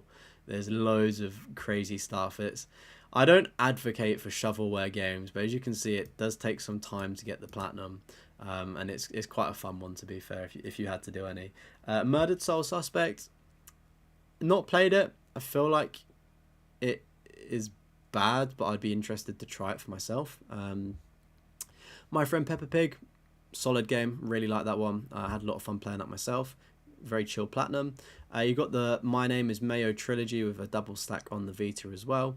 Naruto Shippuden Ultimate Ninja Storm 4, good stuff there. Never really was into Naruto growing up. It was always Dragon Ball Z for me. I'm sure it is good, but just never got into it, unfortunately. But nice with a 10% there. It's not bad at all. Murder Soul Suspect has a good story. Okay, maybe I will try that out at some point. Nexomon as well. Was that like Digimon maybe? Not too sure. Nino Kunai 2. I've seen a few people with this one. Is it a JRPG, I think? Nickelodeon All-Star Brawl as well, double stack. I should probably get this one because it's actually fairly short to get and it's quite a low percentage as well. You got the One Night Stand platinum as well, nice. Operation Tango. Is this like an Overwatch clone? I think, maybe. It looks Overwatchy, but good stuff there. Outriders, awesome. I brought this game really cheap with everything for like £9 and have never played it. I really want to play it. I've kind of got the itch for like a looter shooter, and it generally does look quite good. I think I've popped like one trophy and then just not. I just wanted to test it out and then just didn't get time to go back, but I've left it kind of in the tutorial. But yeah, I really need to get back into that. Hopefully you had fun doing the platinum for that. Next one is Pokemon on a budget. Oh, I see. That's pretty interesting actually. I'm gonna open that as a tab and do a bit of research on that. Overcooked 2, nice. Paw Patrol Mighty Pups and also the movie. Again, I've not played them, but they're probably pretty chill games like the Peppa Pig one. Pinball Heroes, again, pretty easy. Planet RIX 13, 32 minutes, again, a quick one. PlayStation All-Star Battle Royale. You do not see this very often. A dying art almost, throwing it back to the PS3 and also 10%, so really good job there. You got the Police Simulator Platinum as well. Something that I would want to try out at some point as well when I've got some time. Potion Permit, which I mean you just make potions in that one, not too sure what else that would be. Operation Tango is a co-op game where one player is a spy and the other one gives instructions. Okay, what did Nexomon, that was the one I was meant to open, not Operation Tango, whoops. Power Wash Simulator, again, I wouldn't want to get the platinum, but it does seem super chill if you just wanted to relax, like chipped away at it is probably the best way to do it. Raj, an ancient epic. It took you 4 hours to do. You definitely knew when I messaged the Discord that your list was up today. You thought, yeah, let me get another platinum before he reviews it. But nice job on getting that today. The latest platinum as well. No idea what it is, unfortunately. It looks pretty cool. You got Ratchet and Clank Rift Apart as well. Nice. You've got Ravenous Devils there. I don't know what that is, unfortunately, but I'm assuming it's pretty easy from the completion percentage. You got Remnant from the Ashes and also Remnant 2. Awesome stuff. Lower percentage on Remnant from the Ashes as well there. Road 96. I think I downloaded this. I think this is free on PlayStation Plus. I don't know if it's the same one I'm thinking of, but it's meant to be like a really good indie game where like every experience is different, I think. If that's the game I'm thinking of. It's like, or is that Route 66? I don't know. Road Bustle as well. Again, a very quick platinum. RoboCop Rogue City. I'm surprised how many people platinum this actually. It generally is quite a good game. I just feel like it, while it's short, excuse me, it was quite long at the same time. I feel like it just overstayed its welcome a bit too much. But the first like 80% of the game was really good. Then I got a bit bored at the end. Really good game, and the gore in it is like really good. Like reminded me of Black Ops 1 where like you'd shoot a Spaz 12 and it would literally take off someone's arm or leg. Like very graphic as well if you like gore, which is quite rare to see. Ravenous Devils is great. You're a couple that runs 2 shops, a tailor shop and a butcher. The thing is, you murdered a guest that come in your tailor shop and sell their clothes and meat. Really? Okay, that I'm gonna open the tab on that one. That sounds actually quite interesting. I'll probably watch something on that. I love seeing other people's games and like what they are. It's so sick. Rocket League, again, good platinum to have. Sackboy: Big Adventure, pretty difficult that one as well. Nice to see the 10% there. Serial Cleaners, that's an interesting one. Cleaning up like the murder scenes, right?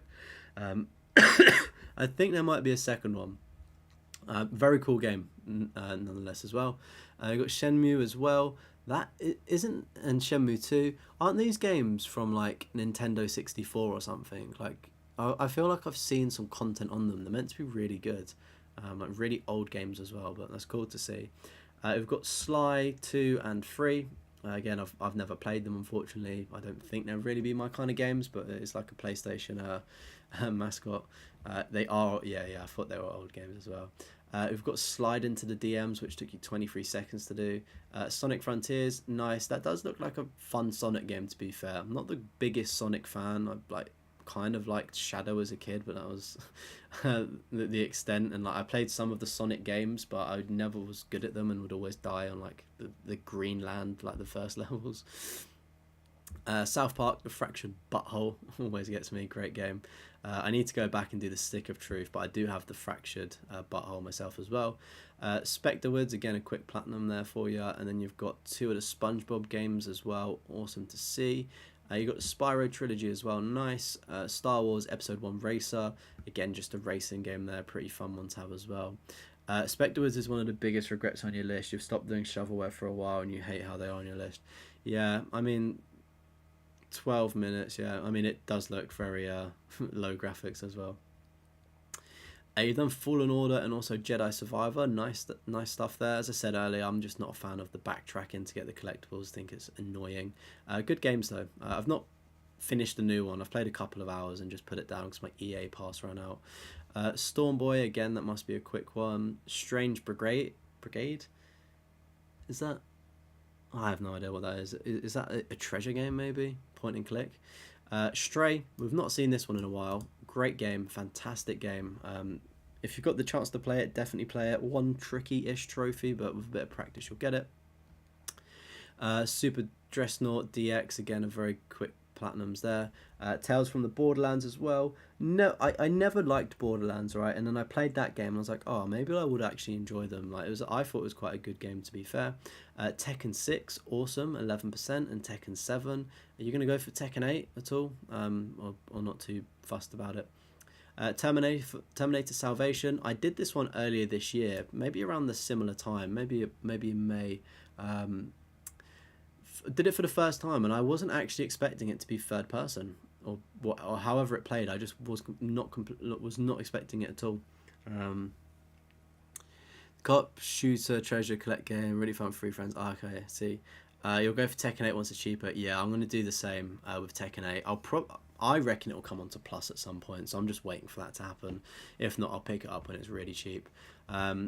Terminator Resistance is one I want to do. It's on my wish list to do as well, just because kind of enjoy them. I don't know too much about the Terminator world. I've seen a couple of the films, but it's always something that interests me. The Artful Escape, fantastic game, really love it. If you're looking for a good indie game to play, chat, the Artful Escape is fantastic, and you can also double stack it, not like auto pop, but there's a PS4 version as well. The Castillo Protocol, I've not played it myself. I know it's got very like mixed feelings, but it looks like it's all right. The Dark Pictures Anthology, again, 7% as well. That's really impressive. Nice. Again, just something that I can't really get into. I can appreciate it, but just something I can't get into. Again, I said it earlier when I saw this one. The Gardens Between is another great indie game that you can platinum pretty quickly as well. Oh, wow. The House of the Dead remake. I remember playing this on Nintendo Wii. I remember getting one of the guns. You'd slot the Wii remote in and you'd go pow, pow, pow, like just like at the arcades. Really fun. Never completed it, but I got to the mission, I think, where like you go up an elevator in a tall building, and then we died to like a boss. Me and my dad would play it. Really fun games, House of the Dead. Very like wacky as well of some of the things you fight. The Last of Us Part 1 and Part 2, again, nice. Tomorrow, chat, we will be streaming, or tomorrow and Friday and Saturday. We'll be streaming all week, but we're playing The Last of Us Part 1 on grounded mode. So it's the first time I've played it in 11 years, so I've forgotten pretty much everything. So it's really, really good fun. Friday the 13th pissed you off. You wish Sony let us delete trophies to take off our list. You'd get rid of a few shovelware games as well. Yeah, it would be nice if you could delete games from your list, especially if they're unobtainable. I think the biggest thing for me is like, if a trophy becomes unobtainable, I think that the devs should be forced to make it obtainable, like they did with one of the Shadow of Mordor games, or whatever they're called, Middle-earth games, where it was an online trophy, but you could actually, it triggered by playing it offline as well, which I thought was a really nice touch, so the trophy was obtainable again. If your servers go down, or for whatever reason, just make the trophies available offline, or like cause a trigger to let people get them as well, because it's like Mad Max. I'd love to get the platinum for that because I think it's a great game, but I just can't because of one of the trophies is unobtainable now. They could use bots also. Use bots for what? The medium, I feel like I've seen that. I don't know how the platinum experience is for that though. The Order 1886 is a game that I really want to play. It's really short and it's a pretty straightforward platinum. Never played it, but it is super cheap as well. Oh yeah, for multiplayer they could use bots, yeah. But for like some games, like where you need to, like, I don't know, connect to an online server to beat a friend's score, like you can, like bots wouldn't work in that environment, if you know what I mean. For just some trophies like that, like beat a friend's score or beat a daily challenge score or something like that. We've got the Walking Dead trophy here for PS3, and as you can see, 41 out of 49, it's actually linked to the 100 days, I believe it is, or 500 days DLC, which is actually quite fun because if you play that DLC, it then links into, I believe, Season 2 of The Walking Dead. But yeah, fantastic game. The first season is amazing. I enjoyed replaying it recently. I did a retrospective on my channel a long time ago now, about just maybe under a year ago, of the Walking Dead Telltale games. Was waffling for quite a long time, just going through it all, getting the platinums, but it's a shame that you only get one platinum for like playing 4 or 5 games, because it is quite mentally draining. But I mean, it's still good fun. I really do love the Walking Dead games and also Telltale.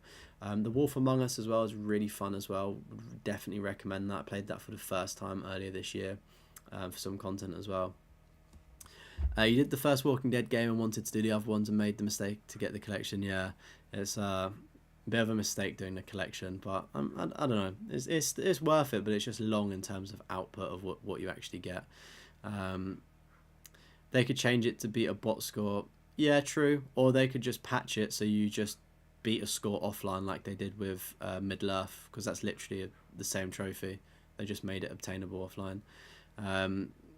Feel me on Mad Max, you have the game and you're also missing on. Honestly, the online trophy as well is the most offline looking trophy as well. I didn't even know that there was online for Mad Max until I realised it was unobtainable, like this year. I was like, what? Like, never knew it when I played it. So you got one plat instead of a bunch. Yeah, I mean, you can always go back and do the individual ones. What is it, like the New Frontier and the final season you can get platinums for? I think the frustrating thing for me is that the Michonne one and like the 500 days and season 2, I don't know, is it season 2?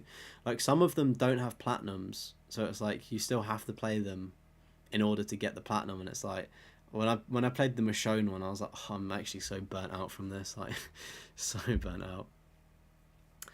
Thief Simulator as well, nice. I've seen this one. I've been very tempted to pick it up multiple times. It seems like it could be a bit like temperamental with like getting some of the trophies though. Timecia, probably a horror game, that one. Don't think I know too much about that one. Tiny Tina's Wonderland. I know a lot of people in chat love this one. It's like, is it like Alice in Wonderland or something? Some crazy kind of game. Souls-like or something. Toem as well.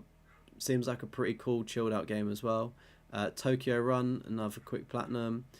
Tribes of Midgard, I don't know what that is, but it's 5%, which is awesome. We've got Trine 2 as well, which is a PS3 game. Not too sure what that one is. It sounds like it should be a Disney game, to be honest. Miso is a Dark Souls-like game. Oh, okay, I see. 2 Point Campus. Don't know what it is, unfortunately. It looks kind of inviting though. Looks easy maybe. Undertale as well, another good game chat. If you've not played it, definitely recommend it. Unpacking again, super chill. Until Dawn, been through this earlier, just not my cup of tea. Should be though on paper. Untitled Goose Game, one you don't see often, very interesting one as well. Can be done fairly quickly, which is pretty cool. Vampire Survivors as well. I know this one was being done recently. 221 trophies. It's meant to be really good, to be fair, but nice job on getting that done. Warhammer 40k, Shooters, Blood and Teeth. I think it was this game that I wanted to platinum, but I think there's some online or co-op based trophies. Maybe. I did see it on a sale and I was tempted to pick it up because it did look cool, but I just abandoned the idea of doing any content on it because I thought it'd be a bit too difficult for me. But nice job on getting it done, and also the same with Chaos Bane. The new Space Marine game looks pretty cool as well. I'll probably try and pick that up at some point on a sale. We Were Here, and then We Were Here Expedition, and also Forever. I don't know which one of these I've got, probably the first one, but I do need to play it. They're quite fun puzzle co-op games as well. And oh yeah, We Are Here Together and We Are Here Too. A lot of We Are Here games, but they're meant to be really fun to play. We've also got What Remains of Edith Finch. Again, a bit like Marmite, you either love it or you hate it, but I really enjoyed my time with it. It was great fun. We've got Word Search as well. Again, I'm assuming that's a pretty easy platinum to get there. Witchwood. Not quite sure what that one is, unfortunately. And then to finish off, we've got X-Men Origins Wolverine. Good stuff there. Do you reckon you'd ever get the Deadpool game? Out of interest. 2 Point Campus is a sim game where you build hospitals, theme parks, and this one makes you run and build school. Oh, okay, I see. That's pretty cool, actually, building a campus. Right. So, the first trophy you ever got was 15 years ago on Tekken 6. Oh, we played Dante's Inferno, nice. First platinum was Madagascar Carts. Your 10th platinum was Dragon Ball Z Budokai HD Collection. Awesome, that was the one that made me smile the most. 20th platinum, Lego Marvel Avengers. Fastest platinum, Slide. 30th platinum, Super Destronaut DX. 40th platinum, Deponia. 50th platinum, South Park. Nice milestone. Far Cry 6. Oh, sorry. Miles Morales for the 75th platinum. 100th platinum was Far Cry 6. Nice. Moving out 125th. Sonic Frontiers for the 150th. Awesome. Remnant from the Ashes 175th. Mask of the Ninja Remastered was your 200th platinum. House of the Dead Remastered was your 225th platinum. And We Were Here Forever was your latest platinum, which isn't true because it was that ancient game that you did earlier today. What was the fastest platinum? Oh, Slide, yeah, I said that. Good stuff then. So that was Mish Pro, also known as Mishrak in the live chat as well. 459 games played, 177 completed with a 61 completion rate. Level 556, and that is 233 platinum trophies. Chat, if you're in the live chat, give a round of applause and get some W's in the chat. That was a very good trophy list. I feel like it's a nice balance. It's very similar to mine. There's a lot of difficult games in there. You had like your Souls-like and things like that. You had a couple of chill games. Like, it was a good mix of games. I like that trophy list. It was good stuff, mate. So some W's in the chat there. Good stuff. Right.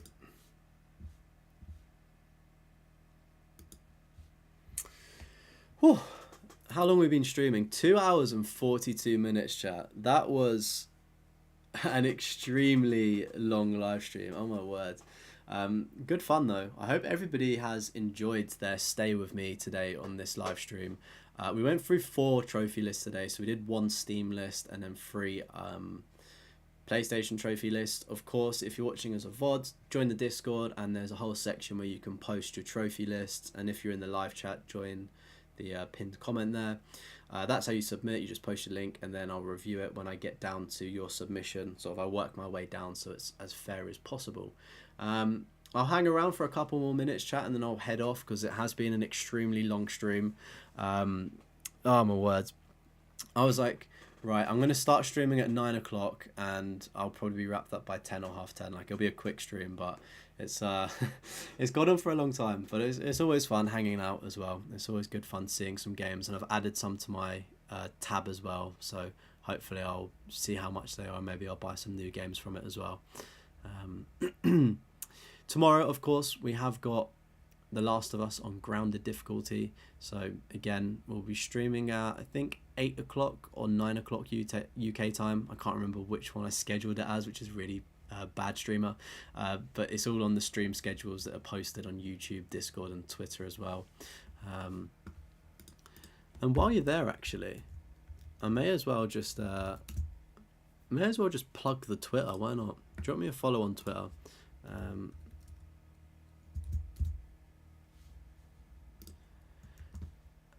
And drop me a follow on Twitter. Why not? Clout chasing.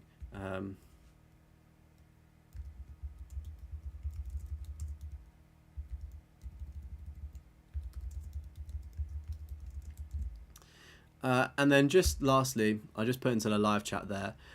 Me and Castromo, another Platinum Trophy hunter who's always in our chat as well. We've done a new podcast. So our first episode dropped last week, and it's everything to do with like gaming news, trophy hunting, platinum hunting, just a bit of everything. And obviously, you know that I go off on tangents, he goes off on tangents. It's just pure yap and waffle. New episode is out. We reviewed the PlayStation State of Play, I think it's called. So Trophy Hoarders on YouTube is the podcast channel if you're interested in that, for you to search in your own time if you want some more long form content to listen to when you're grinding out some games.